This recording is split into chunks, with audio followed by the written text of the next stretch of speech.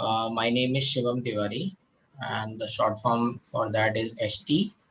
And I will be taking care of your chemistry, especially physical chemistry and inorganic chemistry. So that's why the CH.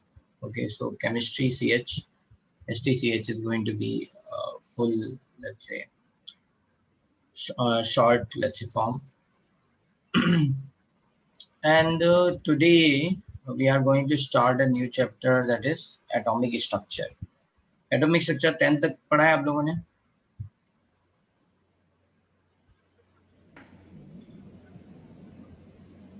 Yes, है ना? मतलब मुझे भी पता है 10th में होता है, right? I just want that whether you are confident or not. पढ़ा है? हाँ ना, सब बोल सकते हैं, right? Yes, sir. हाँ, Yes, जब बोलने sir. से पहले क्या करना है? जब मैं क्वेश्चन पूछूंगा ना, then you can raise your hand or you can simply say one at a time. अगर आप लोग कर सकते हैं तो ठीक है. तो बताओ भाई, किसको पता है कि चार्ज ऑफ इलेक्ट्रॉन क्या होता है? What is the charge of electron?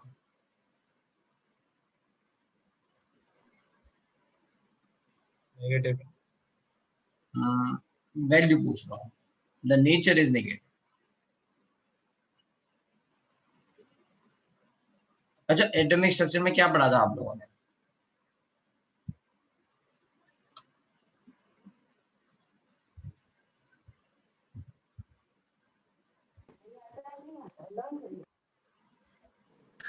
So yes, correct. Mainly it was like basic structure क्या होता है, like protons and neutrons are in the nucleus and electrons revolve in loops or shells.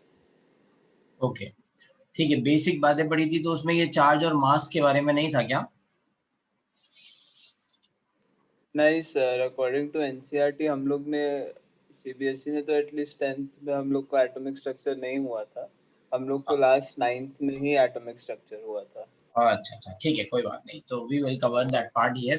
I just want कि जो charge और मास है ना, वो सबको याद रखना है, ठीक है? वो मैं अभी लिख रहा हूँ. We are starting.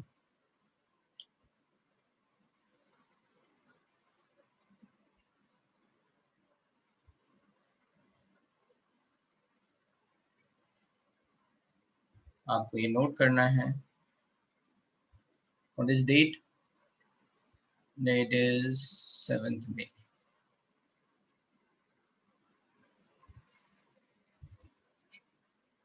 So basic thing which we are going to understand before we will start the atomic structure, क्योंकि atomic structure में थोड़ा theory है, right? So what you need to know is the name of particle, name of subatomic particle, let's say.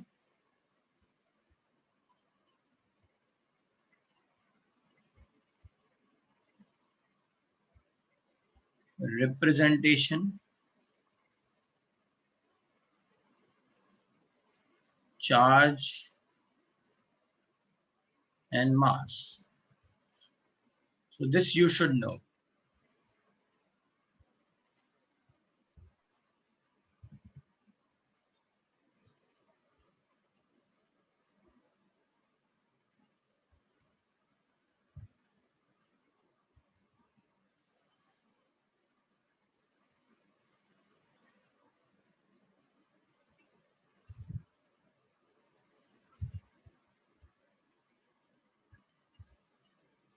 So let's see. The first one, which is going to be over here, proton. Proton is representation is going to be, since it is proton, so we are saying P, starting from P. Right. Now, if let's say if I'm going to write sodium, so what do I write? 1123. Let's say you have seen like this. What is 11 over here? Atomic number. Atomic number. Atomic number, or you can say the charge, or you can say number of protons, or you can say charge at the nucleus, right? Number of protons, atomic number. This is nothing but equals to number of proton, and number of protons means charge at the nucleus, correct? So what is the charge? So we are going to write over here the charge. Charge is said as 1 unit. Proton carry 1 unit, 1 electrostatic unit charge.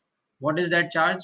So that charge is plus 1.6 into 10 to the power minus 19 coulomb, which is nothing but which is equals to charge of 1 electron.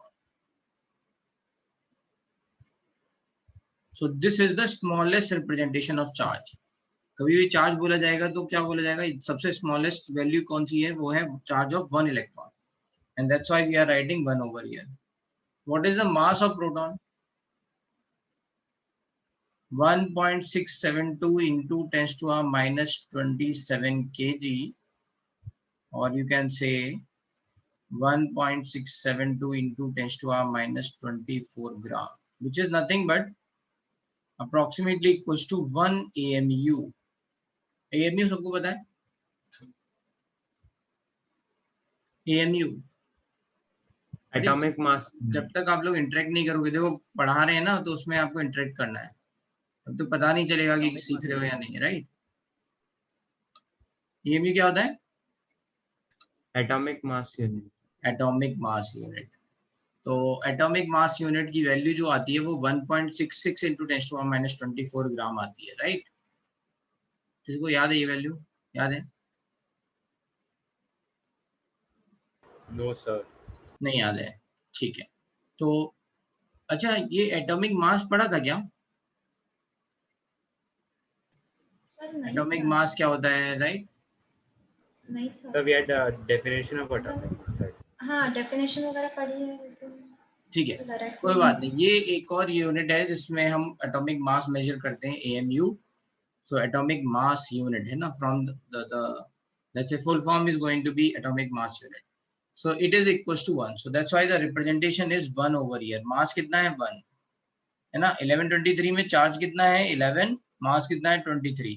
Charge कितना है? 1, मास कितना है? 1। So this is the representation of proton. समझ में आया? कोई problem यहाँ पे? ठीक है, Yes, sir. Yes sir. अब दूसरा,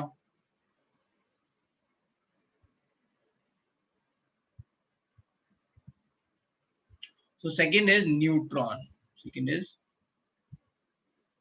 neutron. Neutron is nothing but represented as n. Neutron पे charge क्या होता है? 0. It is neutral, so 0. What is the mass? 1.675. It is slightly heavier than proton, kg, or you can say 1.675 into 10 to the minus 24 gram, which is also approximately equals to 1 AMU. So the representation of neutron is 0 and 1. ठीक है,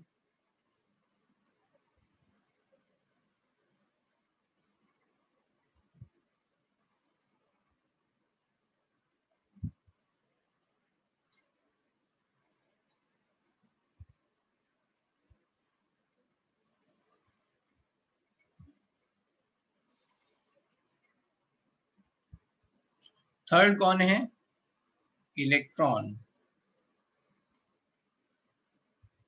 electron is represented as E, है ना। What is the charge? minus 1.6 into 10 to the minus 19 with coulomb, है ना। C का मतलब क्या है? coulomb, ठीक है।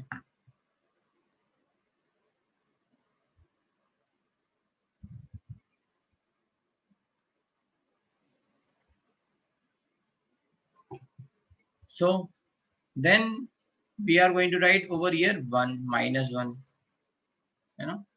What is the charge over here? minus 1. What is the mass of electron? Anyone? Mass of electron? 10 to the 31 kilograms. थोड़ा तेजी से बोलो। So 9.1 into 10 to the 31 kilograms. 10 to the power Minus- 31 or minus 31? Minus 31, minus 30. ठीक है। So this is nothing but 9.1 into 10 to the minus 31 kilogram, or you can say 9.1 into 10 to the minus 28 gram, right? So Now, what I want is, what is the relation between mass of electron and mass of proton? What is the relation between mass of electron and mass of proton? So, mass of electron is nothing but 9.1 into 10 to the power minus 31 kg. Mass of proton is nothing but 1.672 into 10 to the power minus 27 kg. So what we can do? We are going to divide, we will get the ratio. So what will be that ratio? Mass of electron divided by mass of proton is going to be 1 divided by, ये cut के आएगा 1837 times. ठीक है. So what will happen? We can say mass of proton is nothing but 1837 times mass of electron.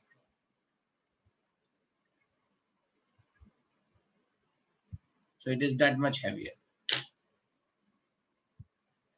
अब ये इसको अगर compare करें तो ऐसा बोल सकते हैं कि एक बहुत बड़ी ट्रेन है ना, बहुत भरी हुई गुड्स के लिए जो ट्रेन जाती है, और एक इंसान है, तो ट्रेन और इंसान का जो वेट होगा वो एक तरह से रिलेशन यहाँ पे बन सकता है.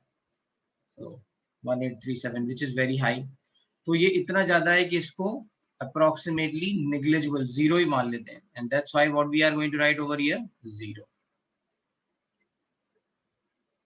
ठीक है, और ये आपको लिख लेना है, जल्दी से लिख लो इसको.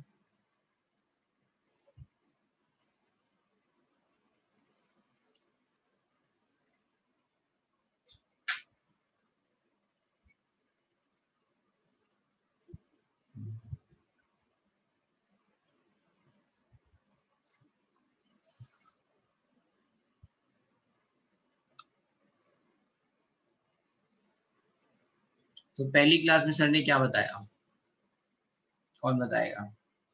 समराइज करो, क्या बताया? Sir, it was मतलब mainly introduction था, like what all will be covered, how practice कैसे करवाया जाएगा, कितने time में पूरा portion is expected to be completed. यही सब mainly sir ने समझाया. अच्छा, तो जो सर पढ़ा रहे हैं वो पढ़ाएंगे आपको मैथ्स, घनश्याम सर.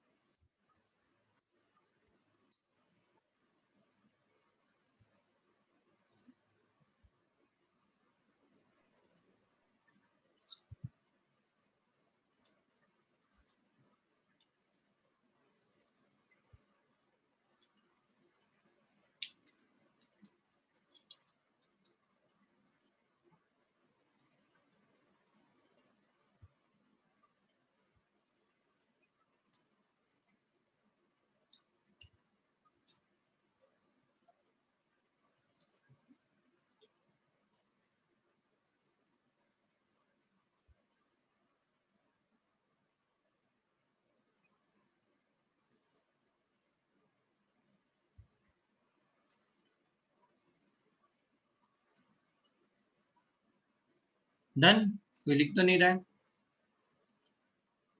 ठीक है, Done sir. हाँ. Sir, 1 minute, sir.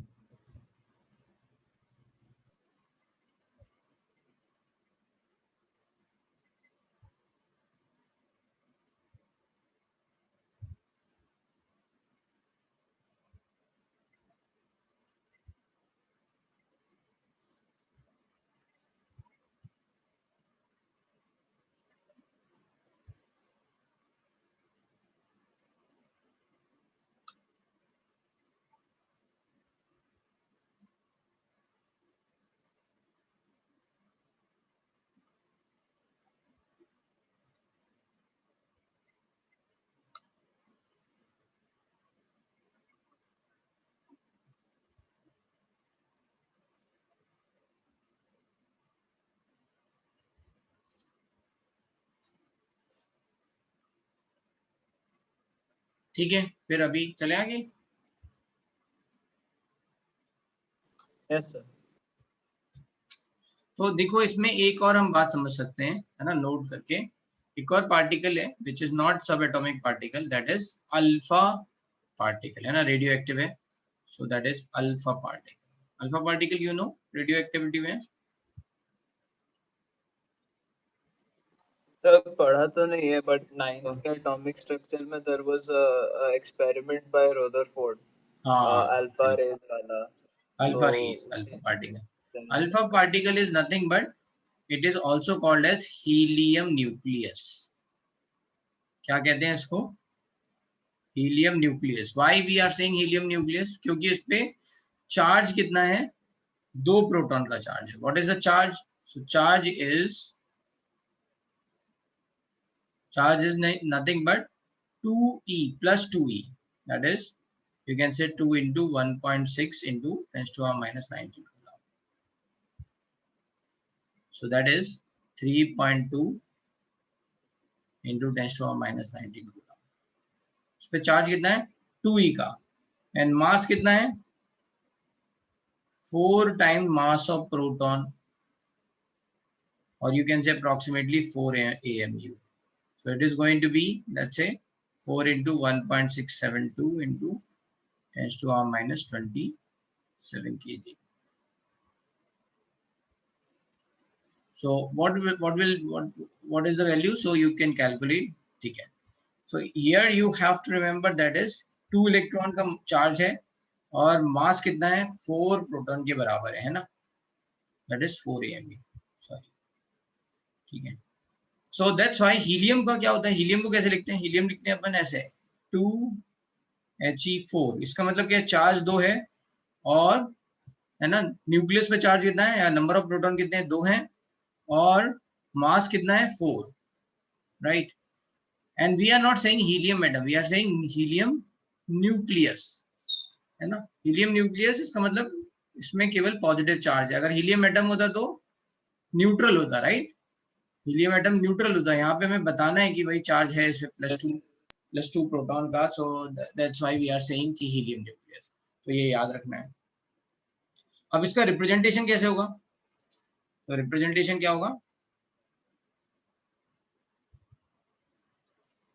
इसको ऐसे लिखते हैं 2He4। क्या लिखते हैं इसका रिप्रेजेंटेशन?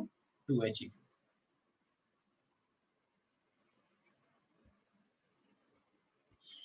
हाँ भाई, किसी ने डाउट पूछा, कोई हाथ उठा रहा था, हाथ बताओ भाई क्या डाउट है?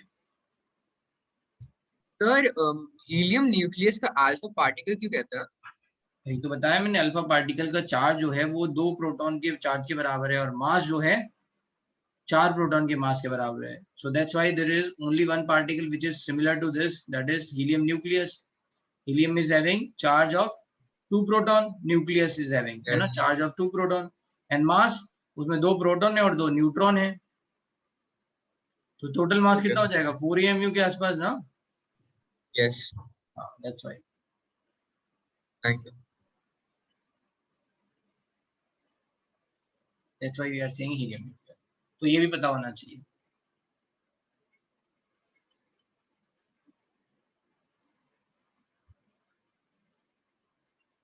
हाँ, can we call it doubly ionized helium atom too? So we can say doubly ionized or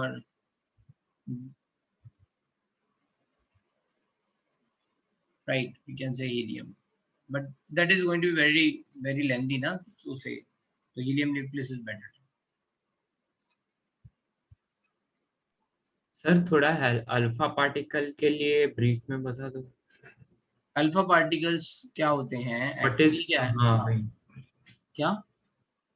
what is alpha particle, वही। हाँ, तो एक्चुअली देखा गया, इट वाज ऑब्जर्व्ड कि जो भी हमें एलिमेंट्स मिल रहे हैं उनके सारे आइसोटोप स्टेबल नहीं है। ऐसा नहीं है कि सारे के सारे आइसोटोप स्टेबल है। कुछ आइसोटोप ज्यादा स्टेबल हैं और कुछ कम स्टेबल हैं। जो ज्यादा स्टेबल है उनके बारे में तो हम पढ़ते हैं, राइट? लेट्स से कार्बन का हमने देखा है C12 है आइसोटोप। एक कार्बन का आइसोटोप C14 भी है। C14 सबको पता है कहाँ यूज होता है? कार्बन डेटिंग में, कार्बन डेटिंग मेथड में। वहां पे वो रेडियो एक्टिविटी के, the principle is based on radioactivity. तो ये हमें पता है कि सारे के सारे जो आइसोटोप हैं एलिमेंट्स के, वो स्टेबल नहीं है, उनमें से कुछ जो है अनस्टेबल है, और वो अनस्टेबल है तो क्या होता है उनमें, how they are going to break down. तो उनमें 3 तरह की कॉमन लेट्स से रेडिएशंस देखी गई हैं, वो है अल्फा, बीटा और गामा। ये 3 मोस्ट कॉमन है, ठीक है। तो अल्फा जो जब रेज निकलती हैं तो फिर क्या होता है, देन वी हैव सीन कि जब अल्फा रेज निकलती हैं तो जो मास है उसमें 4 यूनिट का डिफरेंस आ जाता है ना। कहीं से अगर मान लो यूरेनियम है let's say, right, just to understand कि अल्फा पार्टिकल क्या होता है, तो मान लो ये 92 यूरेनियम और ये यहाँ पे लिखा है 235, ठीक है। तो अगर इससे एक अल्फा रे निकल गई, right, then this is going to form as यहाँ पे 90, है ना, थोरियम में पहुंच जाएगा 231 ऐसे। So this is going to happen कि 4 यूनिट का तो यहाँ पे मास का डिफरेंस हो रहा है और 2 यूनिट में चार्ज का डिफरेंस हो रहा है, and that's why we write like this 2He4। तो ये रिएक्शन बैलेंस हो गई। यहाँ पे टोटल मास कितना था 235, यहाँ पे टोटल मास कितना है 231 plus 4 235, 92 90 and 2। This is the representation. But alpha रे जब भी निकलती है तो 4 यूनिट का मास का डिफरेंस आता है और 2 यूनिट में चार्ज का डिफरेंस आता है, ठीक है, ऐसा। तो ये अल्फा एक रेडिएशन बोला गया। बीटा रेडिएशन में बोलते हैं मास में डिफरेंस नहीं आता है बट चार्ज एक बढ़ जाता है। क्या होता है, चार्ज एक बढ़ जाएगा। जैसे मान लो कहीं पे लिखा है PB and this is written as PB is 82 and let's say this is given as 206, और यहाँ से मान लो लेट्स से बीटा रेडिएशन हो गया। Beta radiation is nothing but electron radiation similar to. So अगर बीटा रेडिएशन हो गया तो ये क्या बन जाएगा 83 bismuth. So there is not going to be any change in the mass. All these, let's say, radiations are always carried out by some energy loss. तो कुछ energy भी निकलती है, उसको बोलते हैं gamma radiation, and gamma don't have any charge as well as mass. तो this is going to happen. तो ये बोला गया ये 3 radiations, 3 तरह के radiations होते हैं, alpha, beta and gamma. Alpha rays हमें पता ही है, बीटा रेज क्या होती है, similar to electron, you can write, है ना। अगर यहाँ पे लिखना है नोट में तो we can write beta particle is nothing but electron, we can write. बोलो भाई क्या कह रहे हो। सर अगर गामा पार्टिकल्स में चार्ज नहीं होता तो उनमें एनर्जी कैसे होती है? लाइट होती है ना, लाइट। यस। तो लाइट में क्या है, एनर्जी है या नहीं है? Yes sir. है ना, मास है नहीं। तो फिर वैसे ही है gamma rays, they don't have any charge as well as mass, and gamma rays are also part of electromagnetic radiation, light का पार्ट है वो। तो beta particle is nothing but electron. तो चार्ज कितना हो जाएगा इस पे, तो बीटा पार्टिकल पे चार्ज होगा -1e, ठीक है, राइट। एंड इसका representation is nothing but you can write like this -1 beta 0, or you can write -1 E0 like that. And gamma rays,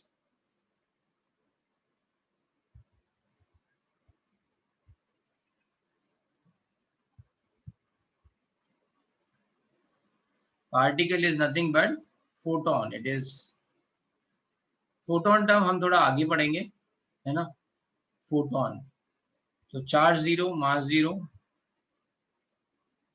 representation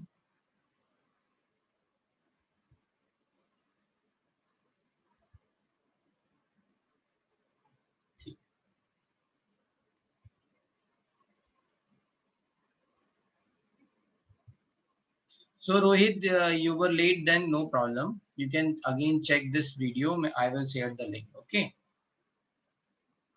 Just don't worry about it. We have not done anything new. We just have covered what is the charge and mass on electron, proton, and neutron. And additionally, we have also seen that what is the charge and mass and representation of alpha, beta, and gamma rays. ठीक है? So these are basic, क्योंकि आज हम थोड़ा theory पढ़ने वाले हैं, तो पहले ये बातें हमने कवर कर ली कि ये बात हमें पता होना चाहिए, ये सारी हमें बातें पता होनी चाहिए। अब आ जाते हैं कि ये सब जो भी हम पता कर रहे हैं ये कैसे हमें पता चला, है ना, how we came to know all these things. ठीक है, तो अभी जो मैं थ्योरी पढ़ाने वाला हूँ उसमें जो इंपॉर्टेंट पॉइंट्स है वो मैंने ऑलरेडी लिखा दी। अब आपको बस सुनना है, समझना है और मूव ऑन हो जाना है। ठीक है, बहुत ज्यादा मतलब इम्पोर्टेंट नहीं है, हिस्ट्री है, तो we just need to know कि how we came to know about this. तो सबसे पहले एक साइंटिस्ट है Dalton, and Dalton observe that कि atom is the smallest representation of matter. ठीक है, तो उन्होंने बोला कि कहीं कहीं पे भी अगर हमें कोई मैटर बताना है उसका सबसे स्मॉलेस्ट रिप्रेजेंटेशन एटम है, and atom name come from the because atom can be let's say translated as can not be cut. So that's why they said कि एटम है, एटम से छोटे पार्ट लेट्स से पार्टिकल और नहीं हो सकते, atom is the smallest representation of matter. समझ में आ रही है बात? And he said कि for different elements what will happen, the atoms are going to be their mass, size, है ना, these are going to be different for same element, all the atoms are going to be in similar in size, means their mass is going to be same, their shape is going to be same, spherical, and let's say everything is going to be same. So these are the, let's say, some common postulates of Dalton's. And let's say for many years this was acceptable कि atom is the smallest representation, but there was some, let's say, some experiment or some, let's say, results where somebody is getting that we are getting some particle which we don't know and they are carrier of charge or electricity, right? So there are some incidents like Faraday was one scientist. So Faraday's like Faraday's law is very famous for electrolysis, right? So he know that there are some, let's say, these atoms are also having some let's say particle which is having charge, but that time it is not confirmed what that particle is. So for all those, let's say, evidences giving some idea to that time to the scientists कि there is something apart from atom. So they started to identify, they started to discover, and then come the cathode ray tube experiment, है ना? Cathode ray tube experiment सबको पता है, पढ़ा है ना? हाँ ना? अरे हाँ और ना में यस सर, है पर ना? बहुत अच्छे से याद नहीं है। तो ये एक बेसिक, ये एनसीईआरटी की का यूनिट नंबर 2 मतलब सेकंड चैप्टर खुला हुआ है। जिन लोगों के पास एनसीईआरटी नहीं है उनको क्या करना है ना, उनको क्या करना है, रुको बताते हैं।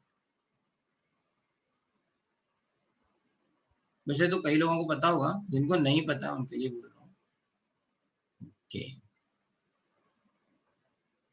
so what you have to do, you just have to write NCERT in your, let's say, website. You just go to website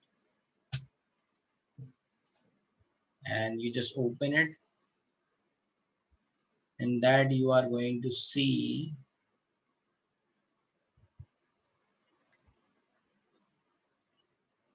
publications. In publication you just go to PDFs and you just select the classes. Let's say you are in 11th, you want to download book of chemistry. The title of that book is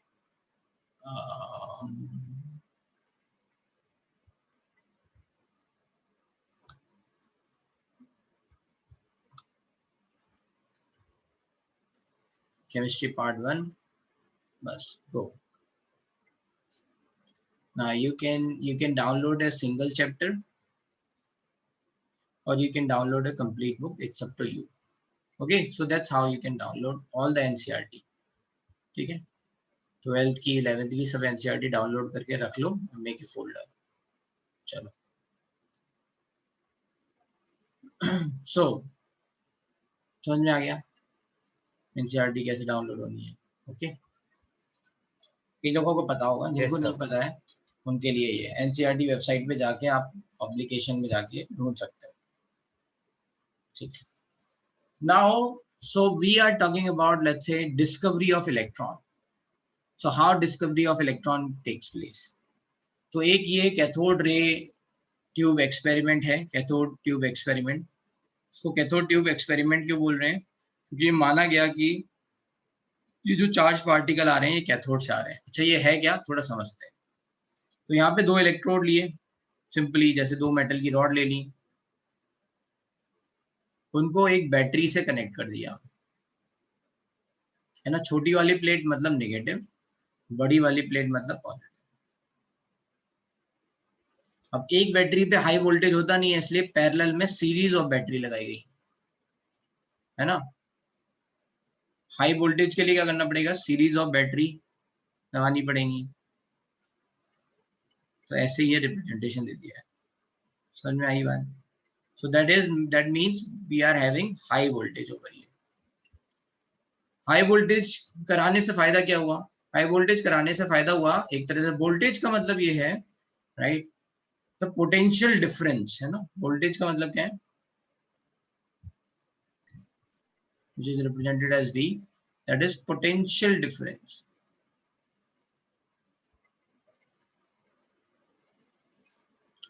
So let's say if I have, let's say, applied over here 10,000 volt, जैसे normal battery होती है वो कितने की होती है, जो जो आपके रिमोट वगैरह में लगती है,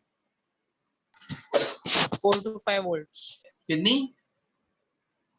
4 to 5 volts. 1.5 वोल्ट, आगे चेक करो।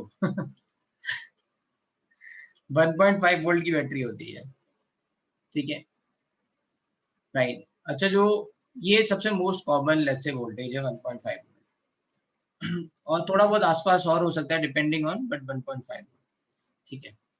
सो if you are having, let's say, अच्छा जो आपकी इन्वर्टर की बैटरी होती है उसमें कितना वोल्टेज होता है?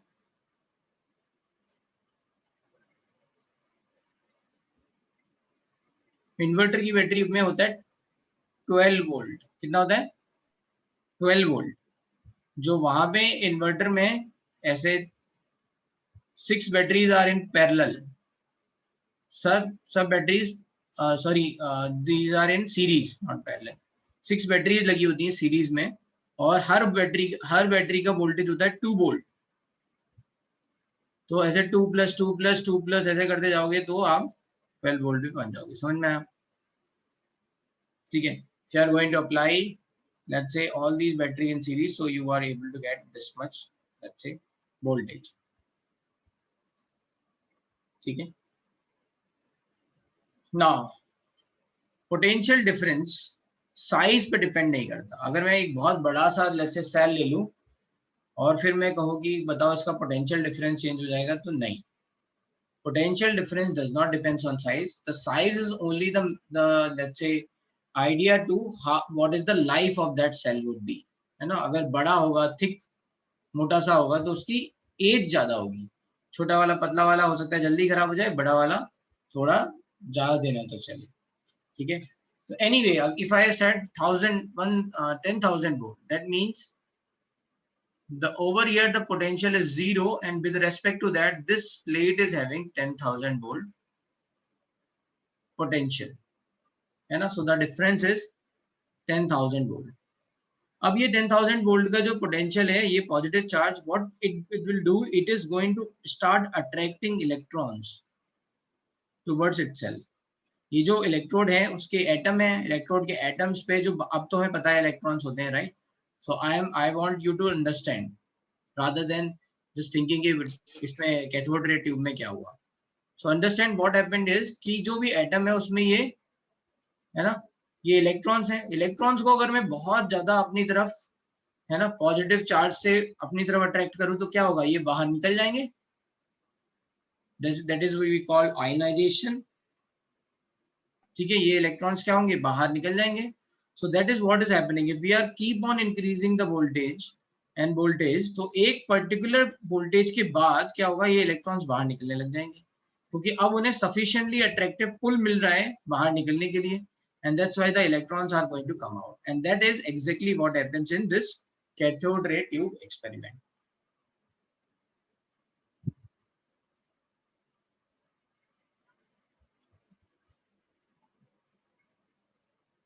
ठीक है, तो हुआ ये कि ये जब हमने बहुत हाई वोल्टेज डाला यहाँ पर, तो यहाँ से इलेक्ट्रॉन बाहर निकलने लग गए, राइट, और ये सारे इलेक्ट्रॉन जाके इस पे टकराने लग गए। जब ये इलेक्ट्रॉन इस पे टकराने लग गए, इसका मतलब क्या है, इस पूरे लेट्स से सर्किट में इलेक्ट्रॉन का फ्लो पूरा कंप्लीट हो गया, and that's why if you are going to put a ammeter over here and you will see a deflection, then you will say okay, the circuit is complete now. Now the charges can flow from cathode to anode. ठीक है, just to make sure that these let's say these charged particles are coming from cathode, we are putting a vacuum pump so that there is no air or any other gas present in between them. What can happen, इतने high voltage पे जो air है या मान लो O2 है, N2 है, right, इनमें से भी तो इलेक्ट्रॉन बाहर निकल के जा सकते हैं, है ना, आयनाइज हो सकते हैं इतने हाई पोटेंशियल, इतने हाई वोल्टेज पे। So just to eliminate this possibility कि ये कहाँ से आ रहा होगा चार्ज पार्टिकल, किसी गैस से तो नहीं आ रहा है, we are putting a vacuum pump. ठीक है, so what happened is, now we have seen कि अच्छा ये कुछ ऐसे चार्ज पार्टिकल हैं जो कैथोड से निकल रहे हैं और एनोड पे जाके मिल रहे हैं, and that's how the circuit is getting complete. So we are saying these particles are nothing but cathode rays. We are saying these particles are not cathode rays, क्योंकि ये कैथोड से आ रही है, तो पहला नाम इलेक्ट्रॉन को दिया गया कैथोड रेज। फिर इन पे और स्टडी हुई, we started to check with different let's say metal. मान लो ये कैथोड अभी हमने बनाया था आयरन का, फिर हमने कोबाल्ट का बनाया, किसी और मेटल का बनाया, जिंक का बनाया, किसी का भी बनाया, अलग अलग मेटल का बना के देखा कि क्या भाई सिमिलर बिहेवियर दिख रहा है, right. So we are able to get the similar behaviour, so that means the cathode rays are not dependent on metal over here और द इलेक्ट्रोड ओवर हियर। ठीक है, और अब हम जानते हैं इलेक्ट्रॉन तो सब में होता ही है, सेम ही है। इट्स नॉट लाइक कि गोल्ड का इलेक्ट्रॉन अलग होगा आयरन के इलेक्ट्रॉन से, right. Electron is same in every element, है ना। तो ये बात हम जानते हैं, तो इससे समझ सकते हैं। तो एथोड रेज का जो बिहेवियर है वो इलेक्ट्रोड पे डिपेंड नहीं करता। सिमिलरली अगर आपने यहाँ पे एयर भी डाल दी, है ना, मान लो एयर भी डाल दी, और एयर से भी मान लो ये इलेक्ट्रॉन निकल रहे हैं, है ना, आयनाइज, तो यहाँ पे भी हो जाएंगे। तो भी यहाँ पे क्या होगा, वी आर गोइंग टू से whatever gas you are going to put inside this let's say tube, the behavior of let's say cathode rays are not going to change. ठीक है, इतनी बात समझ में आ रही है, इसमें कोई doubt? No, sir.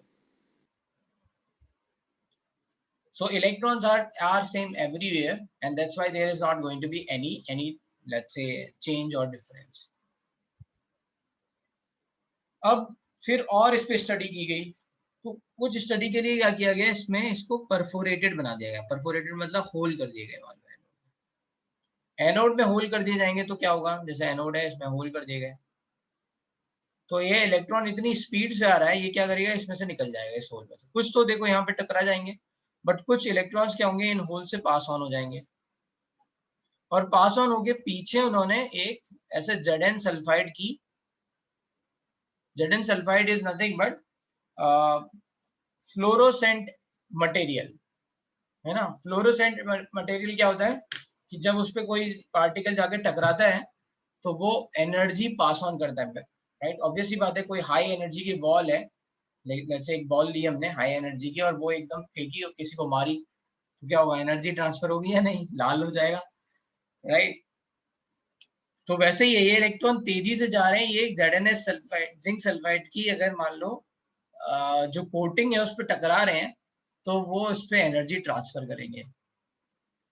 Energy transfer होने से क्या होता है, अच्छा कोई किसी को पता है ये जो फ्लोरोसेंट है, फॉस्फोरोसेंट है, हाउ दिस वर्क्स, कोई जानता है ये बात, how this is going to work? No, sir. कोई नहीं जानता? यार तुम्हारी एज में तो पता नहीं कितनी क्यूरियोसिटी होती है, इधर उधर पता नहीं क्या क्या ढूंढते रहते तुम लोग। ठीक है चलो, ये मैं बता रहा हूँ, बट राइट नाउ ये हमारे हमारे सिलेबस का पार्ट नहीं है, ठीक है। राइट नाउ तो होता ये है कि हमने ये बताया कि हर जगह पे, है ना, एनर्जी शेल्स हैं और उनमें इलेक्ट्रॉन रह रहे हैं, सही है ना। कोई हाई एनर्जी का इलेक्ट्रॉन अगर इस पे टकरा रहा है, मान लो किसी भी इलेक्ट्रॉन से टकरा गया, तो उसको वो एनर्जी ट्रांसफर कर देगा। उस एनर्जी ट्रांसफर करने से क्या होगा, ये इलेक्ट्रॉन ऊपर की तरफ जंप कर जाएगा, है ना, भाग जाएगा ऊपर की तरफ और हाई एनर्जी स्टेट में पहुंच जाएगा, ठीक है।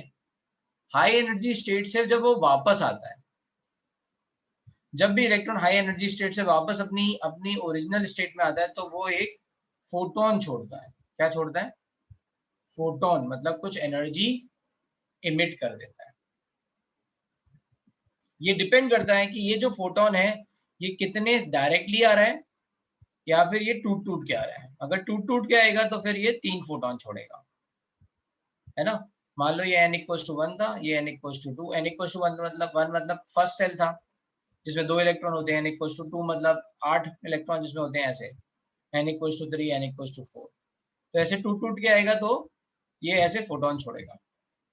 Now generally in all elements this happens very rapidly, 10 to power minus 8 second में ये इलेक्ट्रॉन वापस आ जाता है, ठीक है। तो जैसे ही किसी ने एनर्जी ट्रांसफर की, इलेक्ट्रॉन जंप हुआ, जंप होके फिर वो वापस आ गया। तो इसीलिए नॉर्मली क्या होता है कि किसी भी लेट्स से एलिमेंट पे अगर मान लो इलेक्ट्रॉन गिर रहे हैं, तो हमें वो उसी टाइम पे जो स्पार्क होगा आफ्टर कोलाइडिंग वही हमें दिख जाता है उसी टाइम पे। लेकिन यहाँ पे क्या होता है, ये जो एनर्जी है ये कुछ और स्टेट होती है, सब स्टेट, वहां पे इलेक्ट्रॉन ठहर जाता है ना। फॉस्फोरेसेंट में क्या होता है, डायरेक्टली सीधे वो स्टेट में जंप नहीं करता, वो बीच में सब स्टेट्स होती है, उनमें थोड़े टाइम के लिए रुक जाता है एंड फिर वो वापस नीचे आता है। तो ये जो टाइम गैप है ना, ये जो टाइम गैप है वो फॉस्फोरेसेंट के लिए इंपॉर्टेंट है, क्योंकि क्या हुआ, जैसे ही टकराया उसके बाद कोलाइड हुआ और उसके बाद वो थोड़ी देर तक ऐसे ग्लो करता रहा, right. This is what happens ना फॉस्फोरेसेंट, कि लाइट गिरती है और एकदम से अगर आप बंद कर दो तो तब भी वो ग्लो करता है।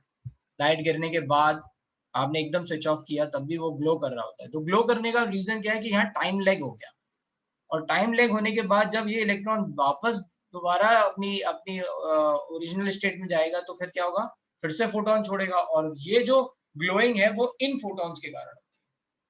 तो after some certain time lag आते हैं। कितनी बात समझ में आई? Yes sir. है ना।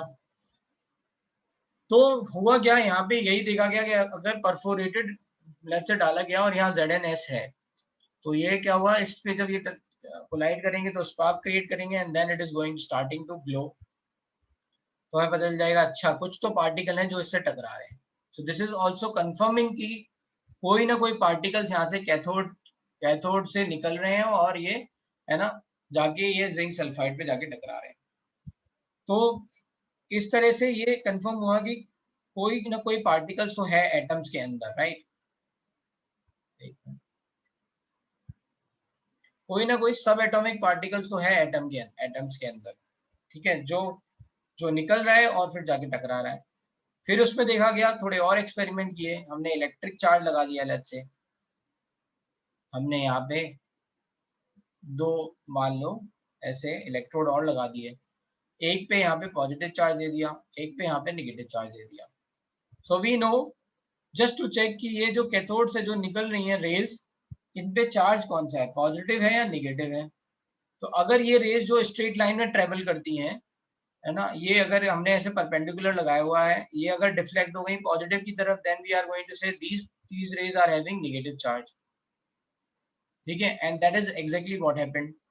ये जो रेज थी वो स्ट्रेट लाइन में जा रही थी, हाई एनर्जी रेज हो गई ना, ये एक तरह से हाई एनर्जी इलेक्ट्रॉन्स हो गए, और ये फिर high energy beam of electrons हो गई है। बहुत सारे इलेक्ट्रॉन्स ऐसा निकल रहे हैं, हमने जब डाला तो ये सारी की सारी डिफ्लेक्ट हो गई किसकी तरफ, पॉजिटिव की तरफ। तो समझ में आया okay cathode tubes cathode rays पे जो चार्ज है वो क्या है, नेगेटिव चार्ज। ठीक है, फिर देखा गया कि क्या इनमें मास हो सकता है या नहीं, राइट। तो let's say they have put some let's say some let's say plate type of thing है ना, ऐसे थोड़ा सा ऐसे लगा दिया। When this is going to collide, what will happen? Electrons are going to collide to metal, let's say another metal over here. तो इसने क्या किया, हीटिंग इफेक्ट प्रोड्यूस किए, है ना। And if it can rotate, तो जैसे आपने वो बचपन में देखा होगा, ऐसे हम बनाते थे ना घुमाने वाली, और हवा के सामने रखते थे तो ये घूमने लग जाती थी, because the air particles are going to collide, और ये फिर से चक्री टाइप की रहती है ना।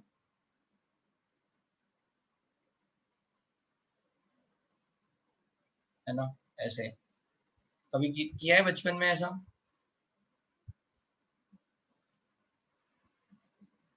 क्या हुआ, कभी नहीं किया? यस सर, हाँ, विंडो तो में कहता है। मन नहीं है पढ़ने का पहली क्लास में सर पढ़ा दे रहे हैं।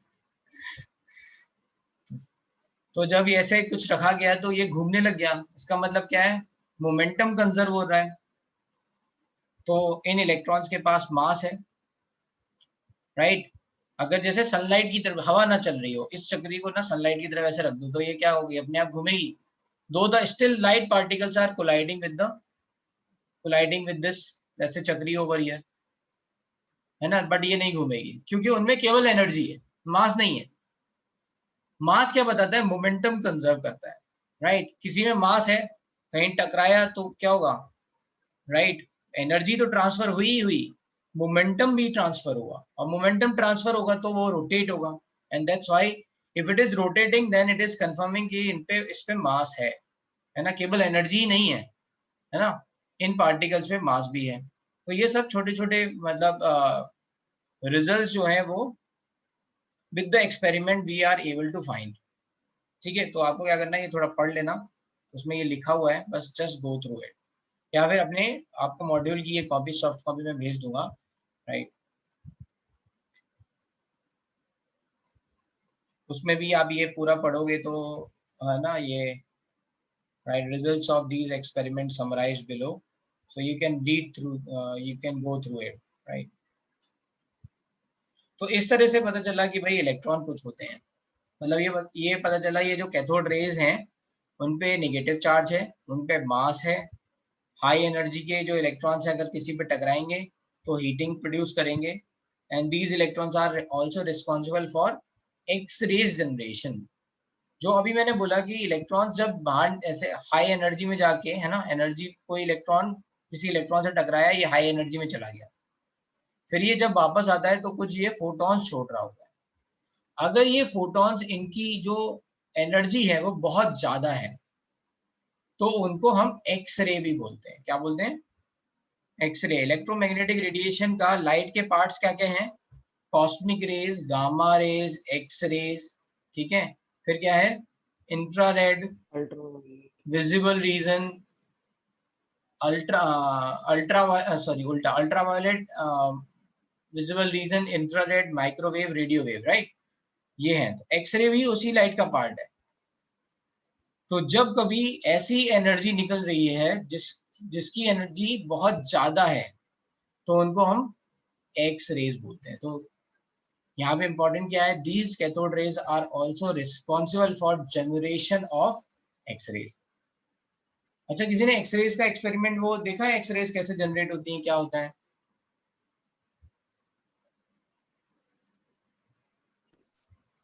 हाँ या ना? नहीं सर। नहीं। तो देखो होता क्या है, थोड़ा सा बता देता हूँ। हाँ, थोड़ा बहुत बस आइडिया है। हाँ, तो होता क्या है, मैं थोड़ा सा बता देता हूँ।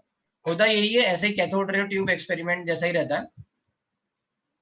एक यहाँ पे कैथोड रहता है और यहाँ पे एनोड होता है, किसी भी ऐसे मेटल का जिसका मेल्टिंग पॉइंट बहुत ज्यादा हो। क्योंकि क्या होगा कि जितने भी हाई एनर्जी के इलेक्ट्रॉन है, ये एनर्जी तो ट्रांसफर, जब इससे टकराएंगे तो एनर्जी तो ट्रांसफर करेंगे ही करेंगे, साथ ही साथ जो हीट लॉस होगी वो क्या होगी, हीटिंग इफेक्ट देगी, है ना।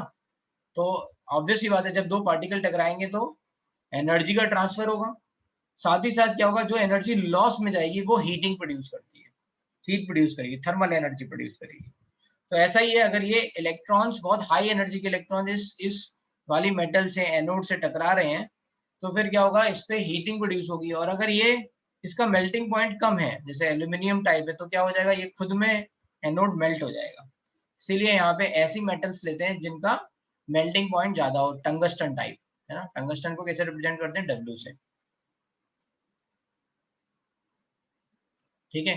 टंगस्टन टाइप लेते हैं जिसका जिसका let's say melting point 3000 something रहता है ना, बहुत ज्यादा, 3300 400 ऐसा कुछ है, ठीक है।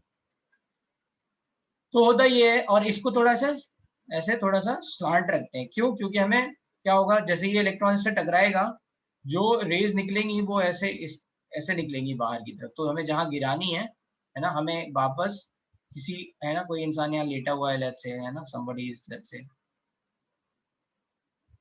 उस पे चाहिए, राइट। तो ऐसे कुछ ऐसा रहता है।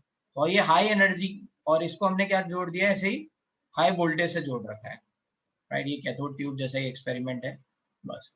The only difference is we are having high let's say high melting point anode and it is slightly slant over like this. तो क्या होगा, ये इलेक्ट्रॉन्स रेज जाएंगी, इस पे टकराएंगी, टकराने के बाद क्या होगा, इलेक्ट्रॉन जो है वो low energy let's say cell से हाई एनर्जी सेल में ऐसे भागेगा, ऊपर भागेगा, और फिर ये जब वापस आएगा तो फिर ये कुछ रेज ऐसे छोड़ेगा, इनको बोलते हैं फोटॉन्स या लाइट, है ना। और वो फोटॉन्स इतनी एनर्जी के होंगे कि हम उनको बोलेंगे X ray. So this is exactly what happens.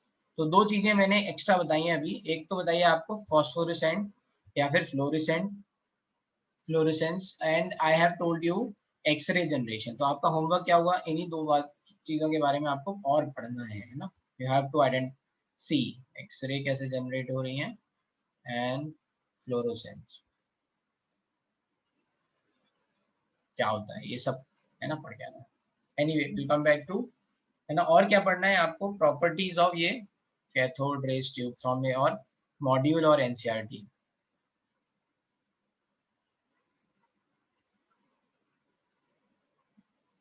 ठीक है, ये पढ़ना है, पूछूंगा मैं लेकिन मैं, ओके। तो ऐसा नहीं है आप पढ़ के नहीं आओगे। तो ये तो हो गया भाई डिस्कवरी ऑफ इलेक्ट्रॉन के बारे में।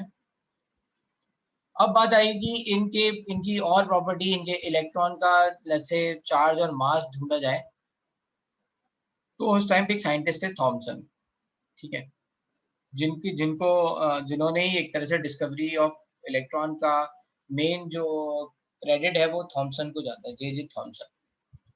तो उन्होंने थोड़ा और इस पे किया है। तो अब ये क्या है, देखो ये आपका कैथोड रे ट्यूब है, इसमें ये परफोरेटेड एनोड है, मतलब एक होल है, और ये जा रहा है आगे ऐसे, ये ट्यूब जितनी भी कैथोड रेज होंगी वो ऐसे पार करके ऐसे जाएंगी, ठीक है।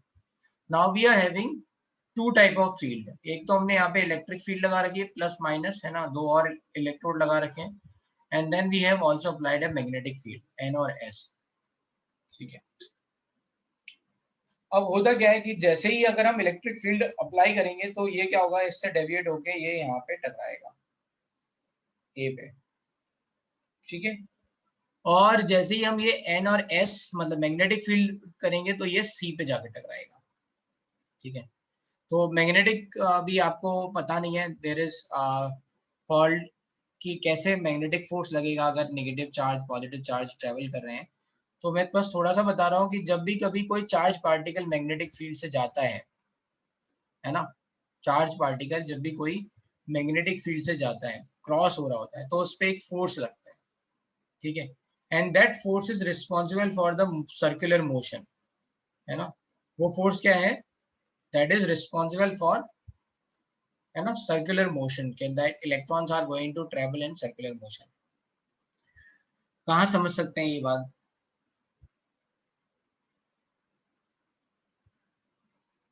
ठीक है। अच्छा उल्टा, इसका उल्टा भी होता है, अगर electrons are moving in circular motion then they are also going to generate electric field, ठीक है। कहाँ देखा है आपने, आर्टिफिशियल मैग्नेट्स, सॉरी मैंने क्या बोला, अगर ये जो इलेक्ट्रॉन्स हैं वो अगर सर्कुलर मोशन में ट्रेवल करेंगे तो they are going to generate magnetic field. तो ये कहाँ देखा है, आर्टिफिशियल मैग्नेट्स में, वहां पे क्या होता है, सोलोनॉइड्स होती है, ऐसे कॉइल्स होती हैं, right. can you relate this part? Yes, sir. हाँ ना बोलो ना। Yes, sir. Yes, हाँ, sir. तो यहाँ पे अगर करंट घूम रही है, इसका मतलब क्या है? करंट का मतलब क्या है? चार्ज घूम रहा है। What is current? I is Q divide by T, है ना? यही होता है ना करंट? ये नहीं पता है, राइट? Yes, sir. ये पता है या नहीं पता है? पता है सर। चार्ज पता पर है। सेकेंड, है ना? चार्ज कितना मूव कर गया? चार्ज किसके फॉर्म में होगा? इलेक्ट्रॉन के फॉर्म में। करंट मूव कर रही है, इसका मतलब क्या है? चार्ज मूव कर रहा है। कैसे मूव कर रहा है? सर्कुलर उसमें मूव कर रहा है। What it is going to do, है ना? This is going to generate magnetic field and the vice versa. कि अगर कहीं मैग्नेटिक फील्ड में कोई चार्ज मूव कर रहा है ना, स्ट्रेट लाइन में जा रहा है, देन ये अल्टीमेटली क्या होगा? सर्कुलर मोशन करने लग जाएगा। Anyway, so this is the basis. ठीक है, थोड़ा ये ऑब्वियसली थोड़ा हाई है, एटॉमिक स्ट्रक्चर में थोड़े हायर कॉन्सेप्ट लगते हैं, and that's why atomic structure is also taught in physics. कब पढ़ाया जाता है? 12th में, बिल्कुल एंड में पढ़ाया जाएगा मॉडर्न फिजिक्स में। वहाँ पे टर्म, वहाँ पे चैप्टर का नाम क्या है? Modern physics. तब ये सब बातें और अच्छे से बताई जाएंगी तो आपको ज्यादा समझ में आएंगी, है ना? अभी तो ये मैग्नेटिक फील्ड, इलेक्ट्रिक फील्ड थोड़ा थोड़ा पता है आपको। ठीक है, तब तक आप प्रो हो चुके होंगे क्योंकि फिजिक्स में ये सब पढ़ा दिया जाता है, magnetic field, electric field. Anyway, तो व्हाट विल हैपन कि अगर मैग्नेटिक फील्ड होगा तो ये यहाँ पे, है ना, अभी हमने मैग्नेटिक फील्ड स्विच ऑन करके रखी हुई है, तो ये जाके यहाँ पे टकरा गई। Now what we are going to do is we are going to balance these two field in such a way कि ये बी पे जाके टकराए। इसका मतलब क्या है कि जो इलेक्ट्रिक फील्ड है वो मैग्नेटिक, या इलेक्ट्रिक फोर्स है वो मैग्नेटिक फोर्स के बराबर हो रहा है, तब जाके ये बिल्कुल, ओरिजिनली अगर दोनों फील्ड एब्सेंट होती तो बी पे टकराता। Now we have managed, we have, है ना, बैलेंस्ड इट आउट कि ये फिर से बी पे जाके टकरा रहा है। ठीक है, ये थोड़ा शॉर्ट में आप समझ सकते हो। तो इस पॉइंट पे क्या होगा? ये फील्ड, जो इलेक्ट्रिक फील्ड और मैग्नेटिक फील्ड है, those are going to balance out. On the basis of that, he was able to find what is E/M ratio for electrons. E/M ratio was nothing but 1.76 into 10 to power 11 coulomb per kg. क्या था? 1.76 into 10 to power 11 coulomb per kg. This is E/M ratio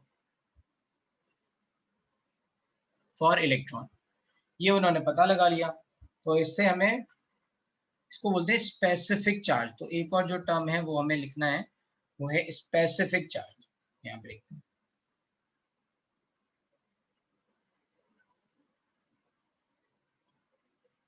charge is nothing but charge by mass ratio.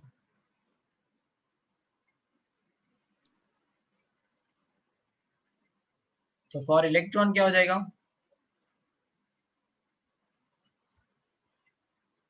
Specific charge क्या हो जाएगा?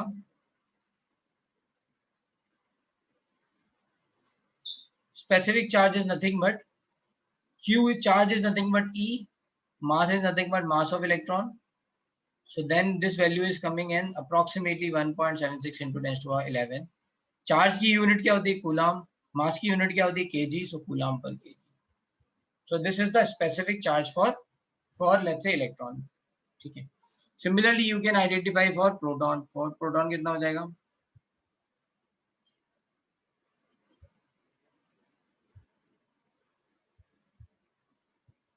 केवल ये value याद रखनी है, ठीक है? ये प्रोटॉन का तो बस ऐसे ही बताते रहे, e by mass of proton. Then what will happen? E 1837 mass of electron. ये वैल्यू आपको पता है, e by mass of electron that is 1.76। So ये हो जाएगा 1.76 into 10 to the power 11 divide by 1837 coulomb per KG. So you can solve it, and that's how you can also calculate for, अच्छा, for neutron क्या हो जाएगा? Charge is zero, तो zero में किसी चीज को डिवाइड करेंगे तो क्या आएगा? Zero, zero. बस। And for alpha particle?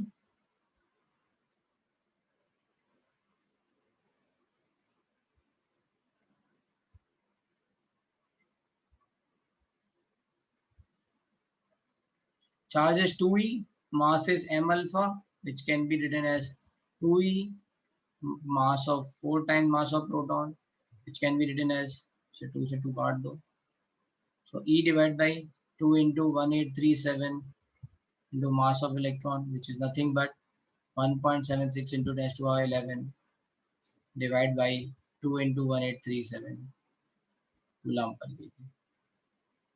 ठीक है, तो ये सब वैल्यूज हमें पता चल गई हैं, we can calculate specific charge.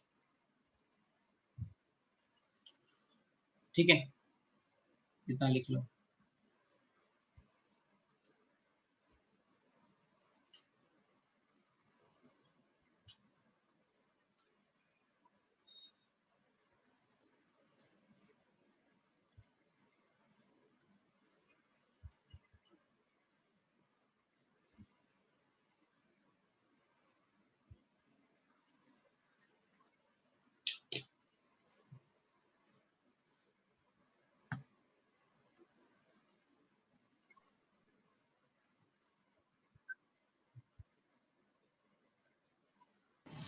Excuse me sir. Hmm, sir तो इस एक्सपेरिमेंट से स्पेसिफिक चार्ज कैसे समझता है? लाइक ये थोड़ी ऐसी बात हुई कि सपोज बॉक्स है आपके पास, आप दो फोर्सेस ऑपोजिट डायरेक्शन में उस पर डाल रहे हो, then you balance them both out कि बॉक्स मूव ना हो, उससे बॉक्स का मास थोड़ा ना पता चलता है। ये बात डिपेंड करती है कि वो जो फोर्स है वो किन बात पे डिपेंड करता है। तुम उसमें भी देना फर्स्ट बैच में मोनीश। Monish yes sir. हाँ, वो जो पहले बैच में सीधा फोर्थ लेक्चर सुना था, मेरे को लगा वापस स्टार्टिंग से शुरू कर देता हूँ, वो लेट ज्वाइन किया था। ओके। तो होता ये because I don't want to go into that. जब मैंने फर्स्ट बैच में बताया था तो उनमें कई बच्चों को पता नहीं चला। तो एफ इलेक्ट्रिक क्या होता है, F E that is nothing but Q into E. E is nothing but electric field. ठीक है, ये फॉर्मूला है। एंड एफ मैग्नेटिक फील्ड को रिप्रेजेंट करते हैं बी से, that is nothing but Q V B. ठीक है, that is nothing but Q V, V is velocity into B, B is magnetic field, Q is the charge. तो यहाँ पे ये क्या हो गया, ई इंटू ई, इलेक्ट्रॉन पे बात कर रहे हैं तो इलेक्ट्रॉन का चार्ज, और यहाँ पे क्या हो गया, e into v into B. So what we are able to find it on the basis of these two. अगर ये दोनों सेम है तो e e equals to nothing but e we B. ठीक है, so what will happen over here, e से e cut जाएगा और वी से निकल के आएगा ई बाई वी। वेलोसिटी आपको पता चल जाएगी।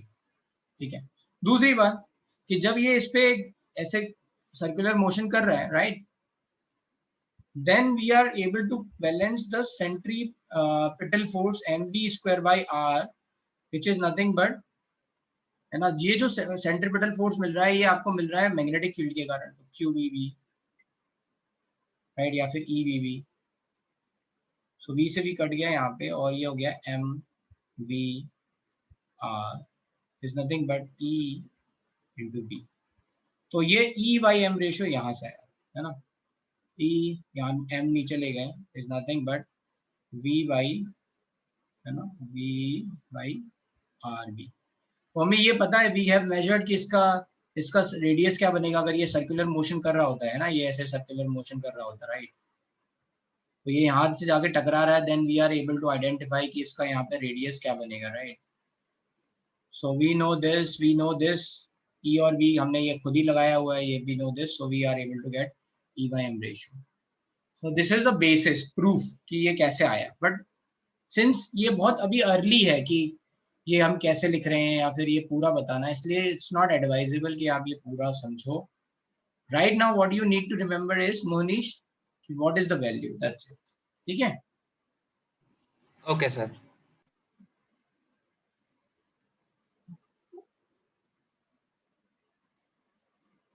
लिखना है तो लिख लो भाई, बट जिन लोगों को नहीं समझ में आया, don't worry, don't bother, this is what we have to learn. ठीक है,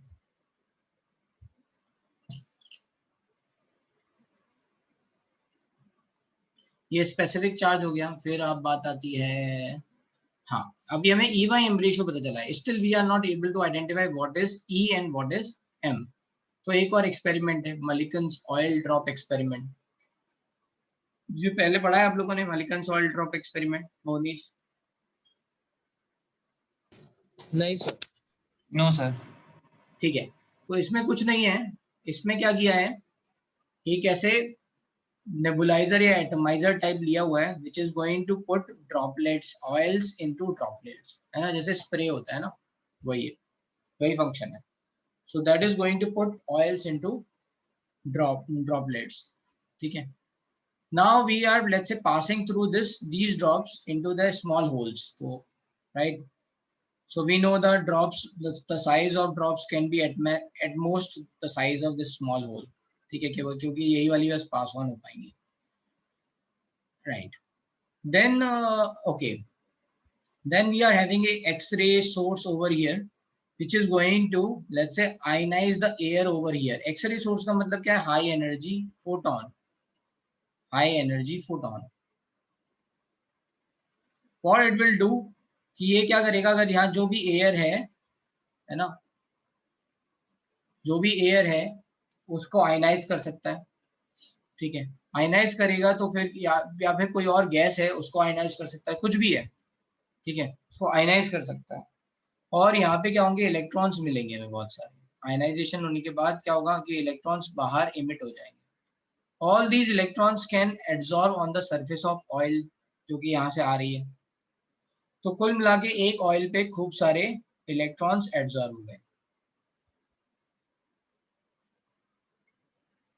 ठीक है, we already calculated the mass of these droplets, तो हमें इनका मास पता है, कैपिटल एम से.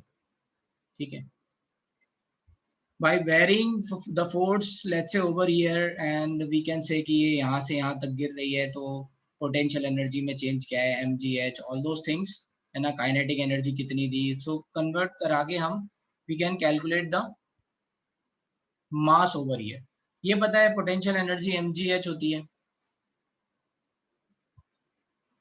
हेलो, किसी एक certain height पे, है ना, ये पता है ना, तो we are able to calculate the mass of droplet. अब ये इसमें नीचे जा रही है, यहाँ पे इन पे एक इलेक्ट्रिक चार्ज है जो एब्जॉर्ब है ना, ओवर हियर, और नीचे ये एक नेगेटिव प्लेट है. ठीक है, मतलब एक तरह से ये फिर से इलेक्ट्रोड्स हैं, है ना, जो किसी बैटरी से जुड़े हुए हैं. ये नेगेटिव प्लेट क्या करेगी, इसको रिपेल करेगी, because similar charge repel each other, है ना, मतलब सेम नेचर के चार्ज जो हैं वो क्या करते हैं,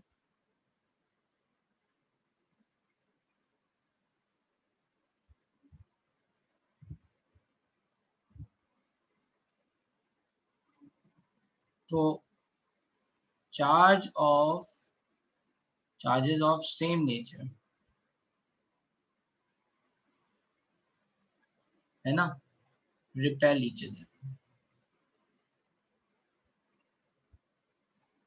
and charges of opposite nature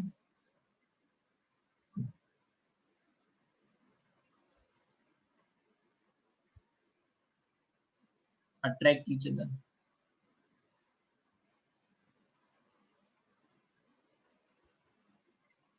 And charge is quantized. Quantized का मतलब है integral multiple,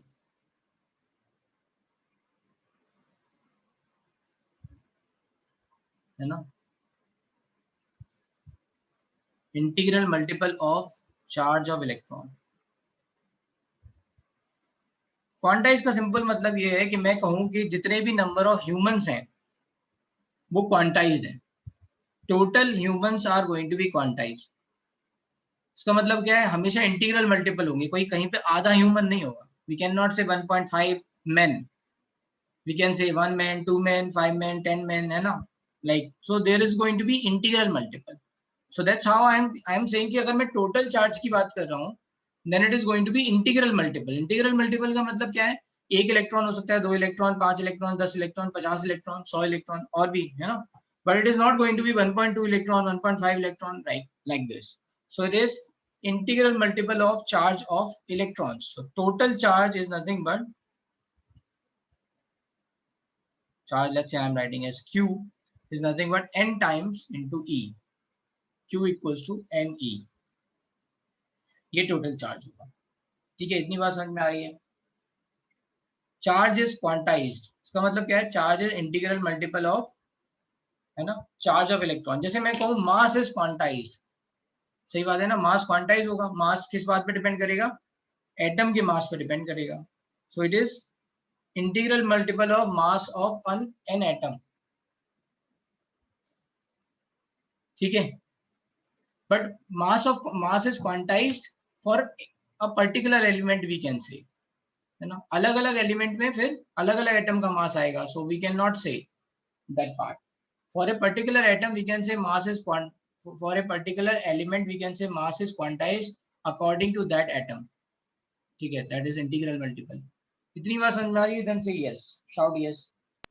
Yes, sir. Yes, sir. Yes, sir. Sir what is integral multiple charge integer of? से मल्टीप्लाई कर दो, इंटीग्रल मल्टीपल का मतलब मल्टीप्लाई विद इंटीजर। सर मतलब एक एग्जांपल। इंटीजर क्या होता है? Positive integer, negative integer maths में पढ़े हैं? हाँ हाँ, नंबर सिस्टम में क्या होता है 1 2 3 4, राइट? यस, -1 उससे -2। मल्टीप्लाई कर दो, बस इतना ही कहना। Okay sir. ठीक है,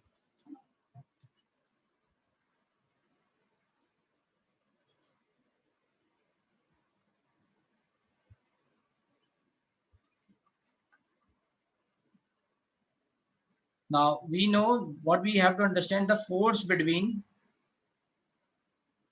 two charges। तो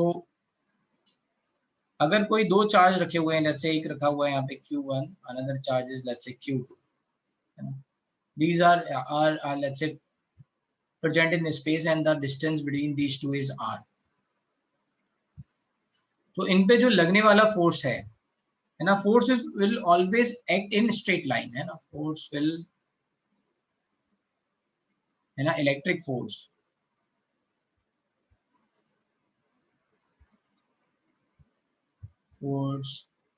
will always act in straight line। अगर नहीं समझ में आए तो पूछ लेना कहीं पे भी, क्योंकि कुछ ऐसी बातें हैं ये जो अभी आपके लेवल से हो सकता है काफी ऊपर हो, और मुझे पता ही नहीं है आपका लेवल क्या है ना, 10th में आपको कितना आता है, आई डोंट नो।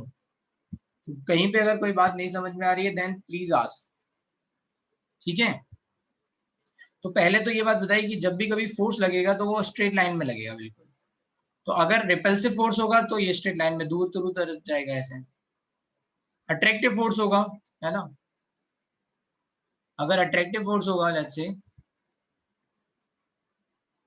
तो ये इसको खींचेगा, है ना, this is going to be like this, कि इसको खींच रहा है एक दूसरे को, तो इस तरह का कुछ सिचुएशन बनेगा, right, always act. Now we are having two charges, 2 point charges Q1 and Q2, and के बीच में डिस्टेंस R है। तो फोर्स, इलेक्ट्रिक फोर्स क्या होता है, Fe is proportional to Q1, Fe is proportional to Q2, that is magnitude of charges,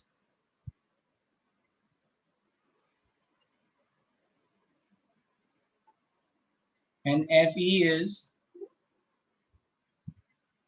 inversely proportional to R square, है ना, distance between these two charges। So we can write hence F electric is nothing but K Q1 Q2 by R square, where K is proportionality constant।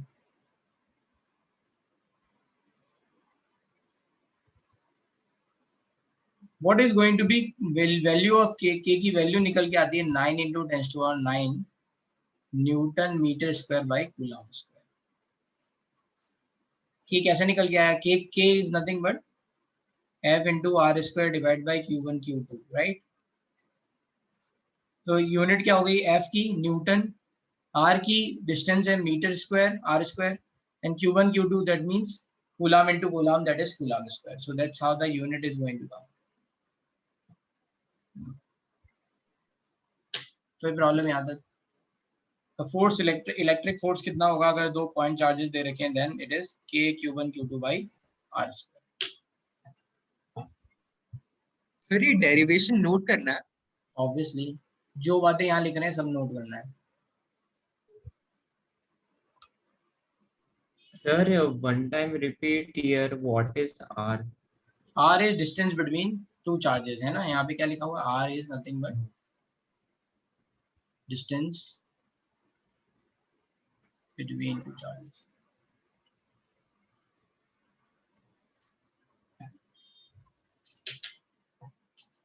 इसको लिख लो। Sir sir कोई particular reason है क्या, like ये gravity के formula से कितना similar है? Like, हाँ यस करेक्ट, ग्रेविटी की तरह है।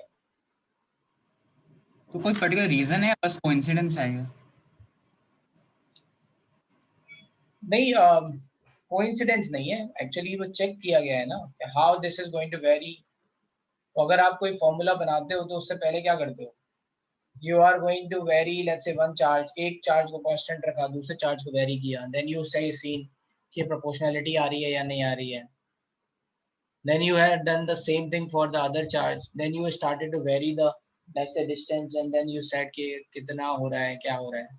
So that's how, but yes it is correct that this electric force is having very similar let's say behavior to gravitational force between two let's say two macroscopic particle।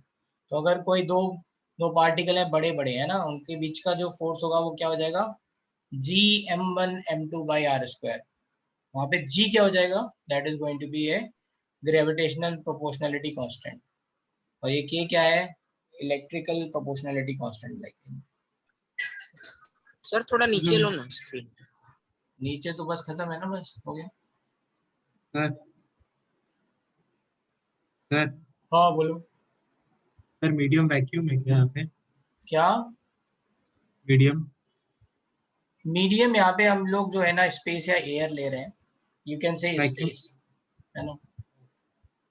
पूरा distance ऐसा कुछ है कि r1 metre होगा? नहीं ऐसा अगर आप रखोगे तो उससे आपको फोर्स K के बराबर मिल जाएगा, सब कुछ 1 1 रख लेंगे तो then you are able to calculate the value of K। सब 1 रख लो तो K की वैल्यू मिल जाएगी।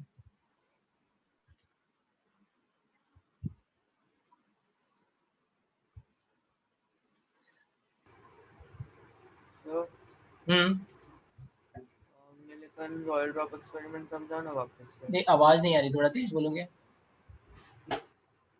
Sir Millikan royal drop experiment समझाओ ना वापस से एक बार। अभी तो समझाया ही नहीं, अभी आएंगे वापस, फिर चार्ज के बारे में बताने लग गए तो चार्ज कंप्लीट करके बता पाएंगे, बताएंगे मतलब अभी फिनिश नहीं किया। 9 × 10⁻⁹ किधर से आया? वैल्यू है, कांस्टेंट की वैल्यू है। जैसे कौन से अभी तक कौन से कांस्टेंट पढ़े हैं आपने? जी की वैल्यू, जैसे स्मॉल जी की वैल्यू 9.8 मीटर पर सेकंड आती है ना, so with the experiment it came. Ideal gas constant पढ़ा है, आर पढ़ा है, ideal gas constant PV = nRT तो पढ़ा होगा ना मोनीश?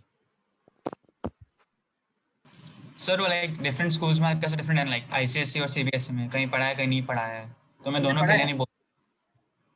सर रिपीट करो एक बार, मैं लिख रहा था। PV = nRT पढ़ा है तुमने?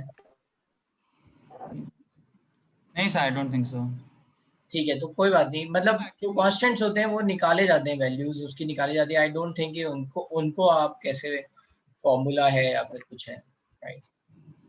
सो दैट इज सर एक और चीज क्या हुई थी, हम लोग के क्वेश्चन से इलेक्ट्रोमैग्नेटिज्म काट दिया था, तो बहुत बच्चों ने वो भी नहीं पढ़ा। अच्छा हाँ, मेरे को पता है कि ये साल जो है जो ब्लास्ट गया है इसमें सिलेबस नहीं हुआ है ढंग से, राइट? तो कोई बात नहीं, तो भी जहाँ पे भी रहेगा, इसलिए मैं बोल रहा हूँ जहाँ नहीं समझ में आए पूछ लेना। I will not be sharing this PDF, right? I will not be sharing, ठीक है? तो आपको लिखना है, अगर आपको लगता है कि आपने नहीं लिख पाया देन चेक द वीडियो, ठीक है? I will upload in let's say 1 or 2 hours, after that you can check. Why I am not sharing the PDF? I used to share the PDF earlier, then I came to know कि देखो जो अच्छे बच्चे हैं उनका नुकसान नहीं होता है, I'll just remember that. जो एवरेज और बिलो एवरेज बच्चे हैं उनका नुकसान होता है, वो लेजी हो जाते हैं, वो लिखना बंद कर देते हैं। At least when you are writing then you are able to let's say get some understanding with the let's say variable and what is the formula and how we have derived the formula kind of. When you have the PDF then you feel like अरे यार मेरे पास notes है, मैं कब पढ़ लूंगा, पढ़ लूंगा वो हमेशा नहीं होता। वो जो नॉर्मल बच्चे होते हैं उनके साथ डिस्ट्रैक्शन बहुत होता है, तो वो कभी पढ़ पाते हैं कभी नहीं पढ़ पाते हैं, लेटर ऑन फिर वो प्रॉब्लम आती है कि उन्हें वो कुछ आता ही नहीं है, right. So we don't want that, ठीक है। सो हम why do we take constant, अगर भाई ये प्रोपोर्शनलिटी है, इससे बस ये पता चल रहा है कि ये एक यूनिट बढ़ा है ना, ये अगर डबल हुआ तो ये डबल हो गया, राइट। ये डबल हुआ, बट इसकी वैल्यू कितनी आएगी कैसे हम पता करेंगे, right. How we are able to communicate the difference, तो वो कांस्टेंट आपको मल्टीप्लाई करना पड़ेगा,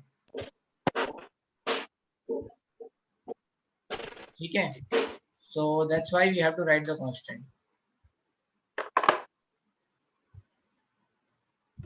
है ना। जैसे कहीं पे लिखा हो कि y जो है ना वो 1 है, right, when x is let's say nothing but 0.1, y is ahead to जब x 0.2 है, let's say if you have doubled this, you have doubled this.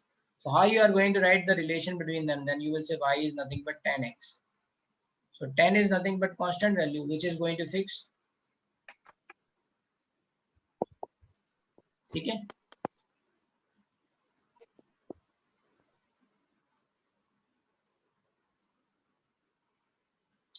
तो ये तो हो गया भाई force between these two charges. Now we come to know another part, that is what is, है ना। यहाँ पे जो बातें याद रखनी है वो ये है, force is proportional to magnitude of charges, it is not dependent on charge, sorry sign of charges, है ना। तो Q1 Q2 का साइन इंपॉर्टेंट नहीं है, मैग्नीट्यूड इंपॉर्टेंट है।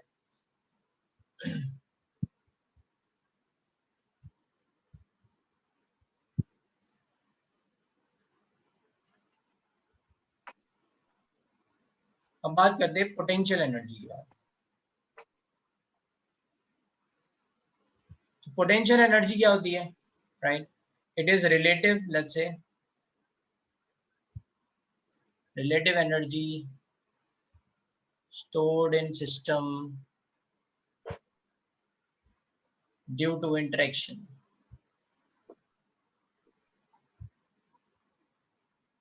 पहले तो हम समझते हैं रिलेटिव का मतलब क्या है ना, what is the meaning of relative. तो रिलेटिव का मतलब है विद रेस्पेक्ट टू वन, है ना। तो अगर मैंने बोला कि अगर if I am going to talk about let's say कि मैं बॉल जो है अपने यहाँ से ऊपर फेंक रहा हूँ, right, I have given the kinetic energy, है ना। मैं एक बॉल को किसी स्पीड से, I have given the kinetic, Rohit आपका माइक ऑन है, सॉरी सर, ठीक है। So I have given the kinetic energy, then it is going to go up. So all this kinetic energy is going to convert into potential energy at the highest point. मान लो ये यहाँ तक पहुँचा, so all the kinetic energy which we have given, that is going to convert into highest point over here, and after that it is going to, है ना, fall down. तो यहाँ तक पहुँचने में जो potential energy है उसको हम क्या बोलते हैं, mgh, right, है ना। Yes sir. हाँ, अब ये जो mgh है ये इस रेस्पेक्ट पे है कि आप मुंबई में खड़े होके बॉल ऊपर फेंक रहे हो। अब मान लो अगर आप चले गए कश्मीर में, वहां पे माउंटेन है, माउंटेन पे खड़े होके अगर आपने मान लो 10 मीटर बॉल ऊपर फेंक दी, तो वहां पे पोटेंशियल एनर्जी 10 मीटर ऊपर पोटेंशियल एनर्जी क्या होगी, mgh अगेन, राइट, है ना, सेम ही रहेगी ना, क्योंकि उसके लिए अर्थ क्या है, ये माउंटेन अर्थ है। यहाँ पे अर्थ क्या है, ये सी लाइन पे जहाँ पे आप खड़े वो अर्थ है। क्या इन दोनों में डिफरेंस है या नहीं है एच का, हाइट का। लेकिन यहाँ पे अगर हम पोटेंशियल एनर्जी ये तो नहीं लिख रहे ना, mg 10 प्लस कैपिटल एच, नहीं ना, we are not writing, because we have assume this is the earth, है ना। जो माउंटेन पे खड़े हैं वो हमने रेफरेंस ले लिया और उसको जीरो मान लिया, उसको जीरो मान लिया, तो यहाँ पे एनर्जी हमें मिल गई mgh, right. So this is relative, किसके रेस्पेक्ट में ले रहे हैं ये देखना है ना। अगर हमने यहाँ पे इसको अर्थ माना है, यहाँ पे ये माउंटेन पे खड़े हैं इसको अर्थ माना है, इन दोनों के बीच में ऑब्वियसली डिस्टेंस है। So we are not saying कि हम यहाँ पे 10 मीटर ऊपर जा रहे हैं, राइट, तो यहाँ पे पोटेंशियल एनर्जी अलग हो जाएगी, ठीक है। इतनी बात समझ में आ गई। पोटेंशियल एनर्जी का मतलब है relative. How this relative energy is arise due to interaction, between particles.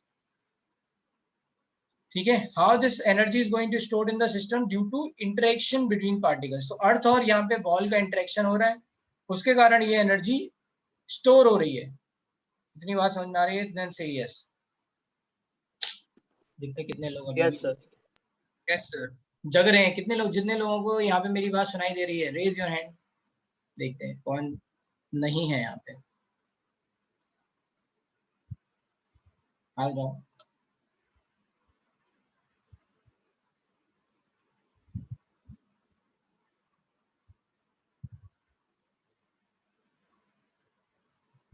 Manali, Manali बेटा, can you hear me? Manali and Shivesh Pandey.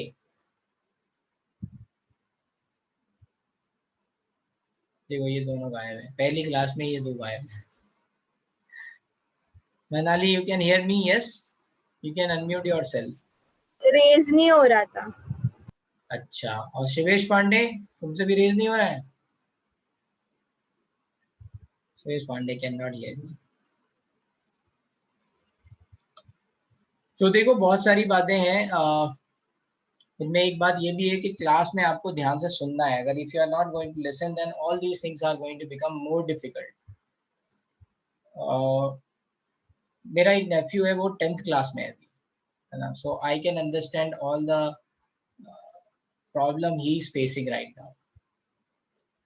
तो उसकी शुरुआत में आदत ऐसी थी कि वो भागता था.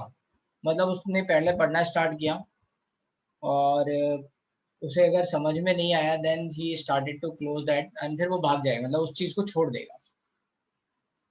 तो one day I told him कि यार ऐसे छोड़ने से क्या होगा, तुम ही पीछे रहने वाले हो, तुमको ही चीजें नहीं आएंगी.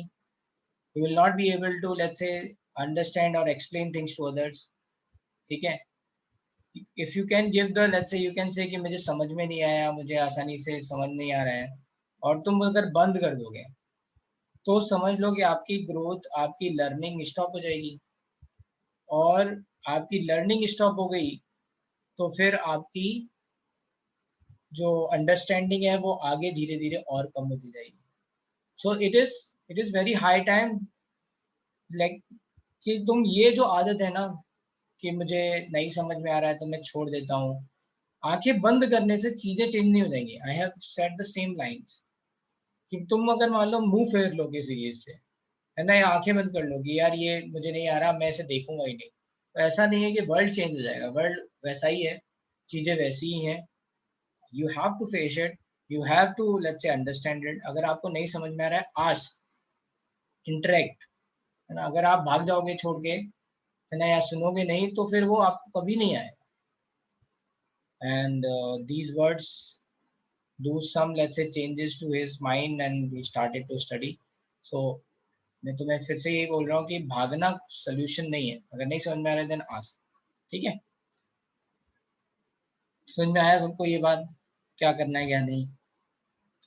ठीक है. Yes, sir. Yes sir. तो रिलेटिव एनर्जी sir. या पोटेंशियल एनर्जी रिलेटिव है. स्टोर्ड क्यों होती है? जैसे काइनेटिक एनर्जी मोशन के कारण आती है ना, काइनेटिक एनर्जी मोशन के कारण आती है, पोटेंशियल एनर्जी इंटरेक्शन के कारण आती है. whenever two particles are going to interact, वो आपस में क्या एक दूसरे पे फोर्स लगा रहे हैं, क्या हो रहा है, right, because of that that energy is going to store in the system. तो आप समझते हैं कि कितनी पोटेंशियल एनर्जी होगी, राइट. सो पोटेंशियल एनर्जी अभी हमने देखा, पोटेंशियल एनर्जी का एक फॉर्मूला mgh देखा था. mg is the force and h is the distance. So I will write the same thing. So potential energy can be say right like this, force into distance. Just to understand क्या ना, force into distance. तो यहाँ पे potential energy force into distance के हिसाब से potential energy in electric field क्या हो जाएगा?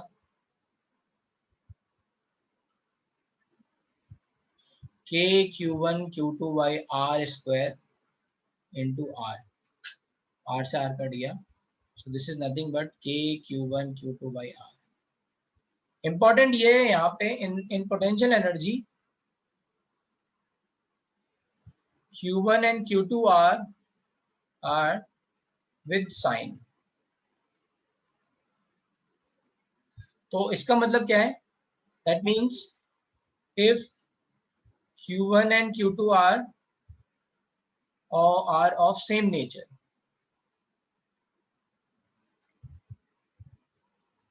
Then potential energy is nothing but K Q1 Q2 by R, plus का साइन आ जाएगा क्योंकि plus into plus plus, minus into minus plus. If Q1 Q2 are of opposite sign, मतलब एक plus है एक माइनस है, opposite nature, तो potential energy क्या हो जाएगी? माइनस के Q1 Q2 बाई आर. ठीक है, कोई डाउट यहाँ तक किसी को? सर जो पोटेंशियल एनर्जी के बारे में आपने बोला कि रिलेटिव होता है, सर हम लोग को एक और चीज सिखाई थी. तो लाइक अगर एक ग्रेविटेशन, मैं सिर्फ ग्रेविटी की बात करूँ अभी, एक ग्रेविटेशनल फील्ड में अगर एक ऑब्जेक्ट को इन्फिनिटी से उस पॉइंट पे लाना है, तो पोटेंशियल एनर्जी हम लोग को सिखाया था सर. एब्सोल्यूट अगर बोले या ना बोले मेरे को नहीं पता. तो उसमें इन्फिनिटी नेगेटिव पे, एनर्जी, तो जैसे अगर आप ग्रेविटेशनल में भी बात करोगे तो वहां पे भी ये आर का टर्म वहां पे भी आता है ना, G m1 m2 by R, right, capital G. हाँ, तो इन्फिनिटी पे आर की वैल्यू अगर इनफाइनाइट जाएगी तो पोटेंशियल एनर्जी क्या हो जाएगी? जीरो. तो अगर एब्सोल्यूट वैल्यू निकालनी है तो क्या करना पड़ेगा? राइट, तो आपको मानना पड़ेगा कि दो मान लो पार्टिकल है, वो पहले इनफाइनाइट पे थे, अब वो आगे, है ना, हाइपोथेटिकली मानना होगा कि हाइपोथेटिकली सोचो कि एक छोटी बॉल और ये अर्थ जो है ना वो इनफाइनाइट डिस्टेंस पे थे, तो इनिशियली उनमें पोटेंशियल एनर्जी क्या थी? जीरो. अब वो धीरे धीरे अगर इस पॉइंट पे आ गए, लेट्स से उनके बीच में 10 मीटर की डिस्टेंस है, तो कितनी पोटेंशियल एनर्जी हो जाएगी? Then you can calculate. Okay sir, thank you sir.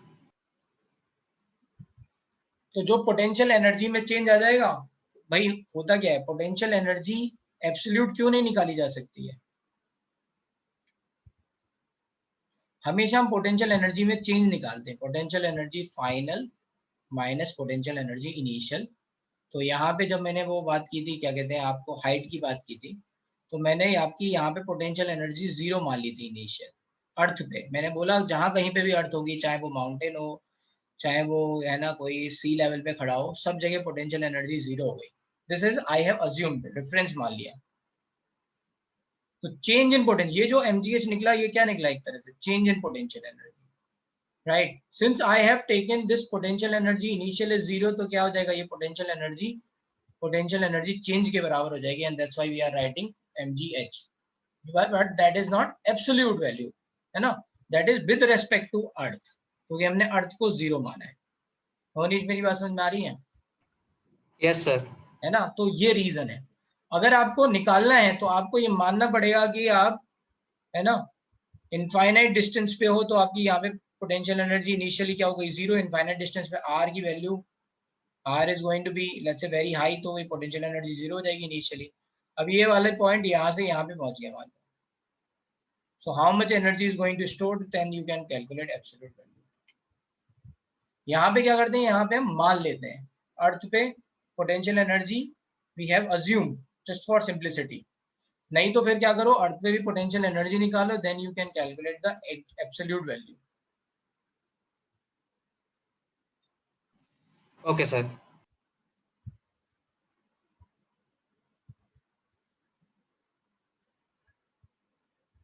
चलो, ये तो हो गई बात. अब इसमें एक इंपॉर्टेंट बात यहाँ से समझने वाली है, यहाँ पे, जो कि बहुत इंपॉर्टेंट है, that is as distance increases, potential energy decreases.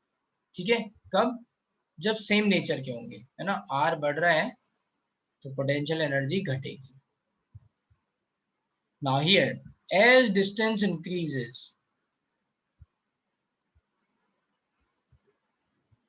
magnitude of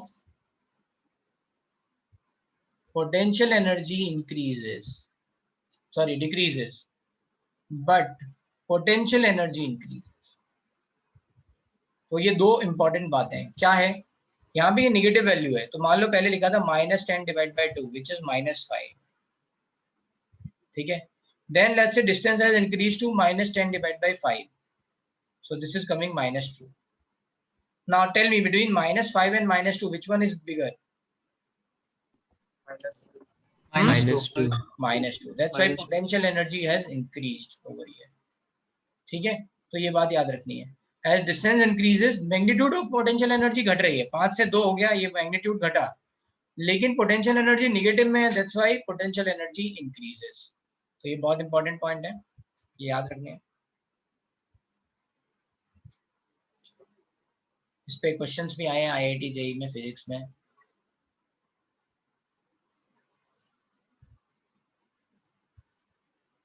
कुछ वो क्वेश्चन ऐसा था कि एक सोप बबल है, लेट्स से एक सोप बबल है, और ये मान लो ये आपकी लेयर, मान लो लिक्विड की फिल्म है ना, लिक्विड की बाहर वाली सरफेस है, उस पर ये सोप बबल है. मान लो लिक्विड पे चार्ज है नेगेटिव और इस पे भी चार्ज है negative, and because of this is going to expand. सही है ना, negative negative charge are going to repel each other, तो ये सोप बबल क्या होगा, फूल जाएगा. Now when this soap bubble is going to expand, the potential energy of system is going to increase और डिक्रीज. Increase. आर बढ़ा, potential energy has increased. So that was the question asked. ठीक है,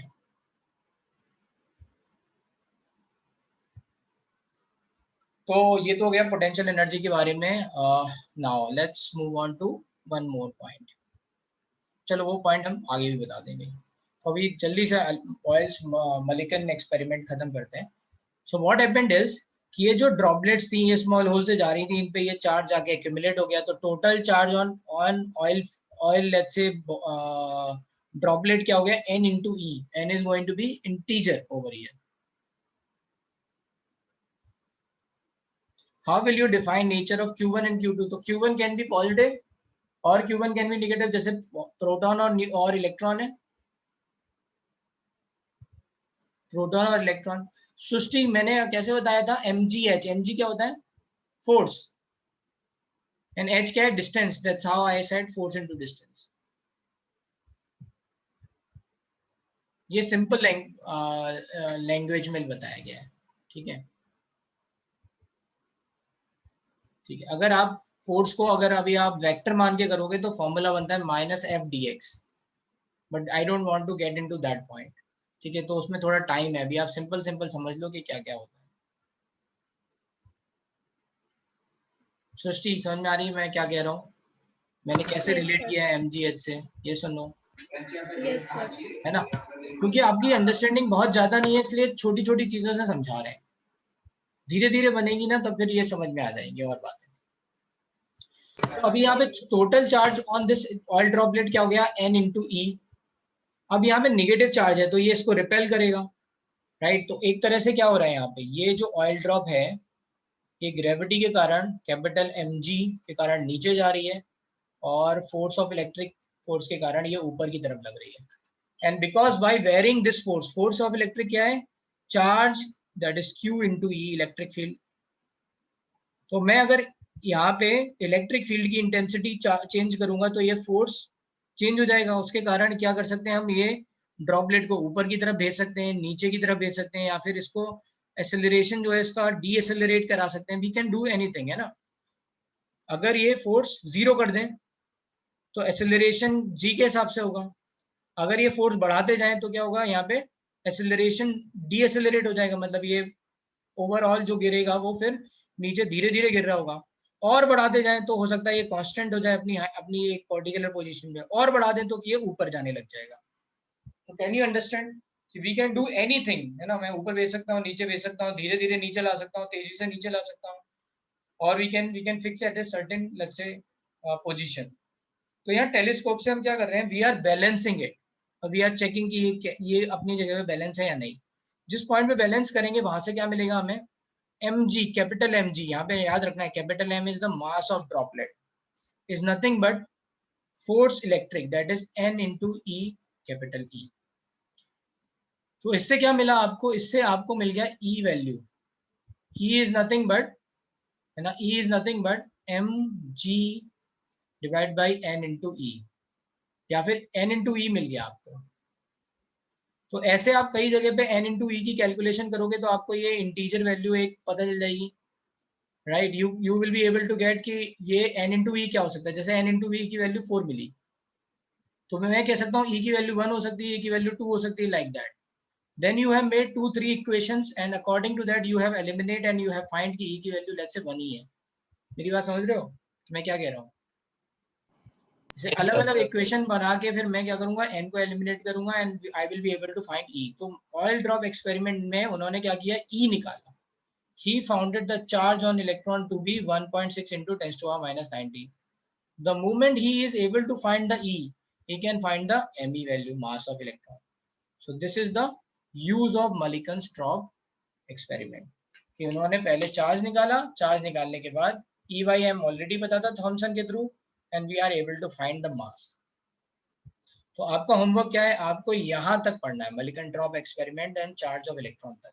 but याद क्या क्या रखना है, ये पढ़ लेना है बस, just to go through it कि क्या होता है ना। बट याद क्या क्या रखना है जो मैंने आपको यहाँ पे लिखा है, दैट यू हैव टू। ठीक है, ये पूरा चार्ज, मास, स्पेसिफिक चार्ज, ये सब याद रखना है। कोई प्रॉब्लम? तो then now I will finish the class. अगर किसी को कोई डाउट है तो वो पूछ लें, और else we are going to end this class. Sir, that capital E denotes थोड़ा the तेज बोलो, magnitude of the थोड़ा electric. थोड़ा तेज बोलो। Hello. हाँ, Sir, that capital E is used to denote the magnitude of the electric field, no? Yes yes. Sir हाँ, force between two charges वाला जो पार्ट था उसमें Fe directly proportional to Q1, उसमें F फोर्स था, force on electron. हाँ F force है।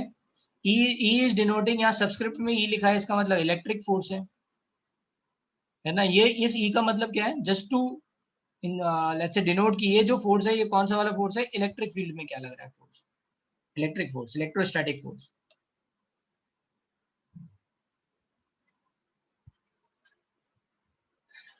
ठीक है, that's it, now you can go.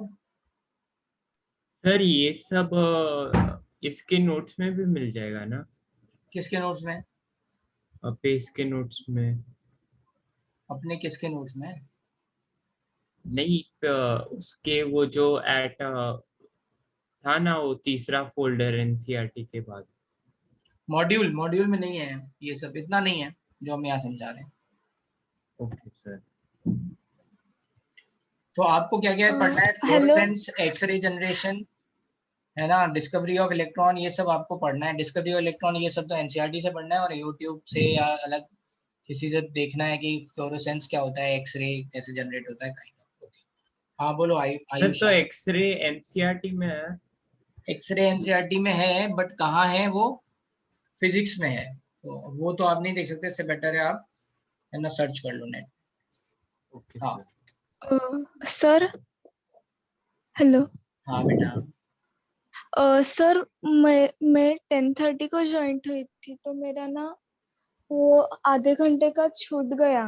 कोई बात नहीं, मैं अभी ये वीडियो शेयर कर रहा हूँ, उसका लिंक आपको शेयर कर रहा हूँ, यू कैन चेक अगेन, ठीक है।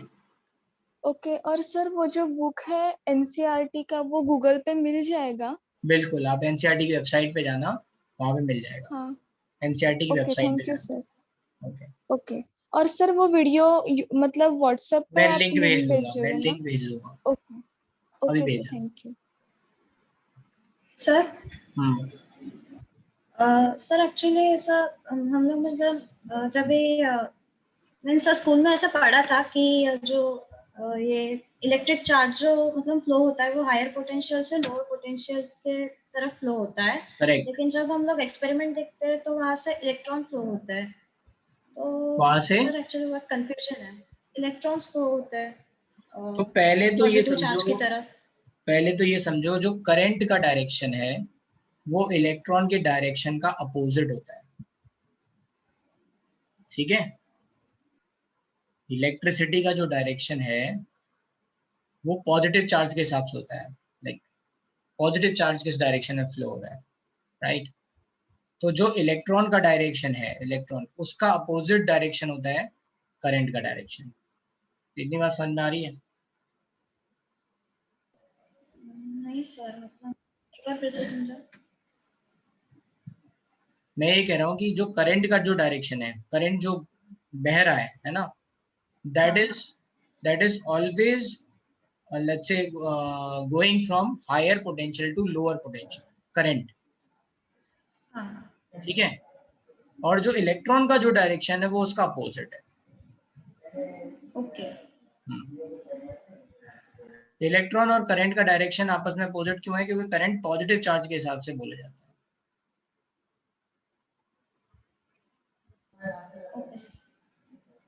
ठीक है। यस।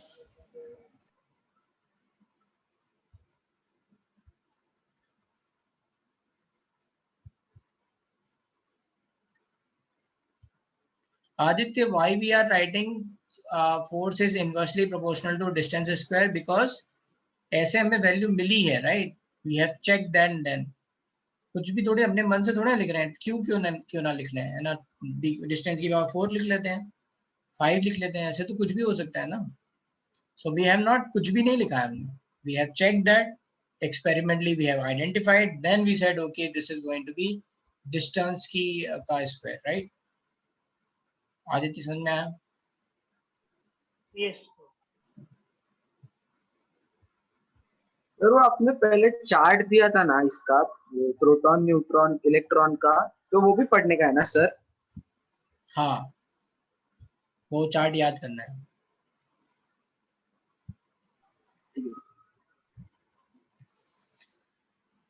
ठीक है, और कोई डाउट?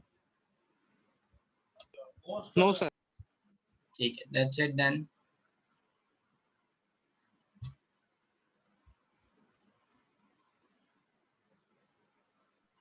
सर चार्ज और मैटर में डिफरेंस क्या होता है? चार्ज और मैटर लाइक मास, जैसे एक चीज में मास है और एक चार्ज है, तो उसमें डिफरेंस क्या होता है? देखो भाई, ये तो सिंपल है। अगर मान लो मैंने आयरन ले लिया है, यस, है ना, आयरन पे लेट्स से मैंने आयरन का कोई आयन लिया है, तो आयरन के आयन पे चार्ज कितना होगा? +1 +2 Fe। जैसे आपने 2+ देखा है ना, Fe 2+ में होता है या 3+ में होता है, Fe 2O3 बनाएगा, Fe, है ना, या FeO बनाएगा। तो Fe के आयन पे चार्ज कितना होगा? +2। और मास कितना होगा? मास अलग होगा, right? So that is the difference. Charge कोई फिजिकल चीज होती है क्या? Physical in sense that it exist ना। फिजिकल का मतलब अगर या you are saying that exist, yes it is existing. भाई यही तो बात है कि पहले डाल्टन सेड कि everything is going to see why Dalton said कि atom is needs to be neutral, क्योंकि अगर कोई भी चार्ज होगा, कोई भी चार्ज स्पीसीज होगी, then it is going to be unstable, है ना। क्योंकि अगर वो पॉजिटिव होगी तो वो नेगेटिव की तरफ भागेगी, नेगेटिव होगी तो वो पॉजिटिव की तरफ भागेगी। So it is going to reactive, है ना, वो किसी ना किसी से रिएक्ट करेगी, मिलेगी, जुड़ेगी, कुछ करेगी, right? So atom is need to be neutral. तो एटम न्यूट्रल है और एटम में मास है। नाउ वी केम टू, जब हमने सबएटॉमिक पार्टिकल देखे तो हमने देखा अच्छा कि उसमें चार्ज पार्टिकल भी हैं, these are responsible for ion formation. जैसे Cl है तो Cl- बन गया, तो एक नेगेटिव इलेक्ट्रॉन ज्यादा आ गया, तो नेगेटिव चार्ज आ गया। कहीं पे इलेक्ट्रॉन लूज हो जाएगा तो पॉजिटिव चार्ज बन जाएगा। So that's how the charge is coming on to the let's say mass matters. तो दोनों चीजें अलग अलग हैं, राइट? एंड दोनों चीजें एग्जिस्ट करती हैं, ऐसा नहीं है। And I am really not sure what you want to ask. मतलब मुझे लगता है कि कंफ्यूजन कहाँ हो रहा है? कंफ्यूजन ये है कि सर जैसे चार्ज एक फिजिकल क्वांटिटी नहीं है ना, वो एक कैरेक्टरिस्टिक है मैटर का, right? Like mass is a physical quantity which you can measure. Charge cannot measure. Like how do you measure charge? Like you can't measure it on a scale, right? We can measure charge, जैसे अभी हमने देखा है ना, we have measured charge with oil drop experiment. So with reference to something we can measure. जैसे मास भी तो कैसे मेजर करते हैं? विद रेफरेंस टू, आपने वेट डाला ना अपोजिट में, तभी तो पता लगा 1 kg है। by looking Yes. at something you cannot say ना कि ये 1 kg है. Yes, yes.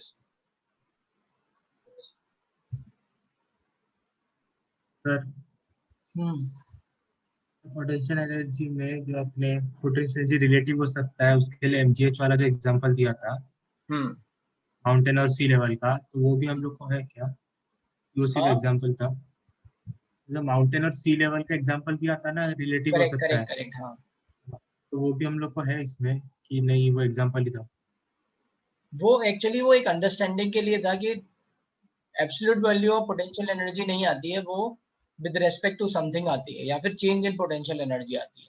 तो चेंज में हम एक चीज 0 मान लेते हैं तो हमें दूसरी चीज मिल जाएगी, है ना. सिंप्लिसिटी के लिए मैंने कहा कि भाई मेरे को इतना प्रॉब्लम हो रहा है, हर जगह मैं एब्सोल्यूट वैल्यू नहीं निकाल सकता, हर जगह पोटेंशियल एनर्जी की एब्सोल्यूट वैल्यू निकालूंगा तो दिक्कत होगी, तो मैंने सब अर्थ को मान लिया रेफरेंस, दैट इज 0. अब मेरे लिए फॉर्मूला आसान हो गया. तो ये हो गया एक तरह से. चेंज पार्ट भी है, नोट डाउन हाँ करना है चेंज पार्ट वाला, जो फाइनल माइनस आपको इनिशियल, पढ़ना है. हाँ वो आपको याद तो रखना है, एक आइडिया तो रखना है उसका. ठीक है, तो इसी में नोट डाउन होगा, क्यों फिजिक्स के पार्ट में आएगा? कहीं पे भी नोट डाउन कर लो, अलग से नोट डाउन कर लो कहीं पे भी.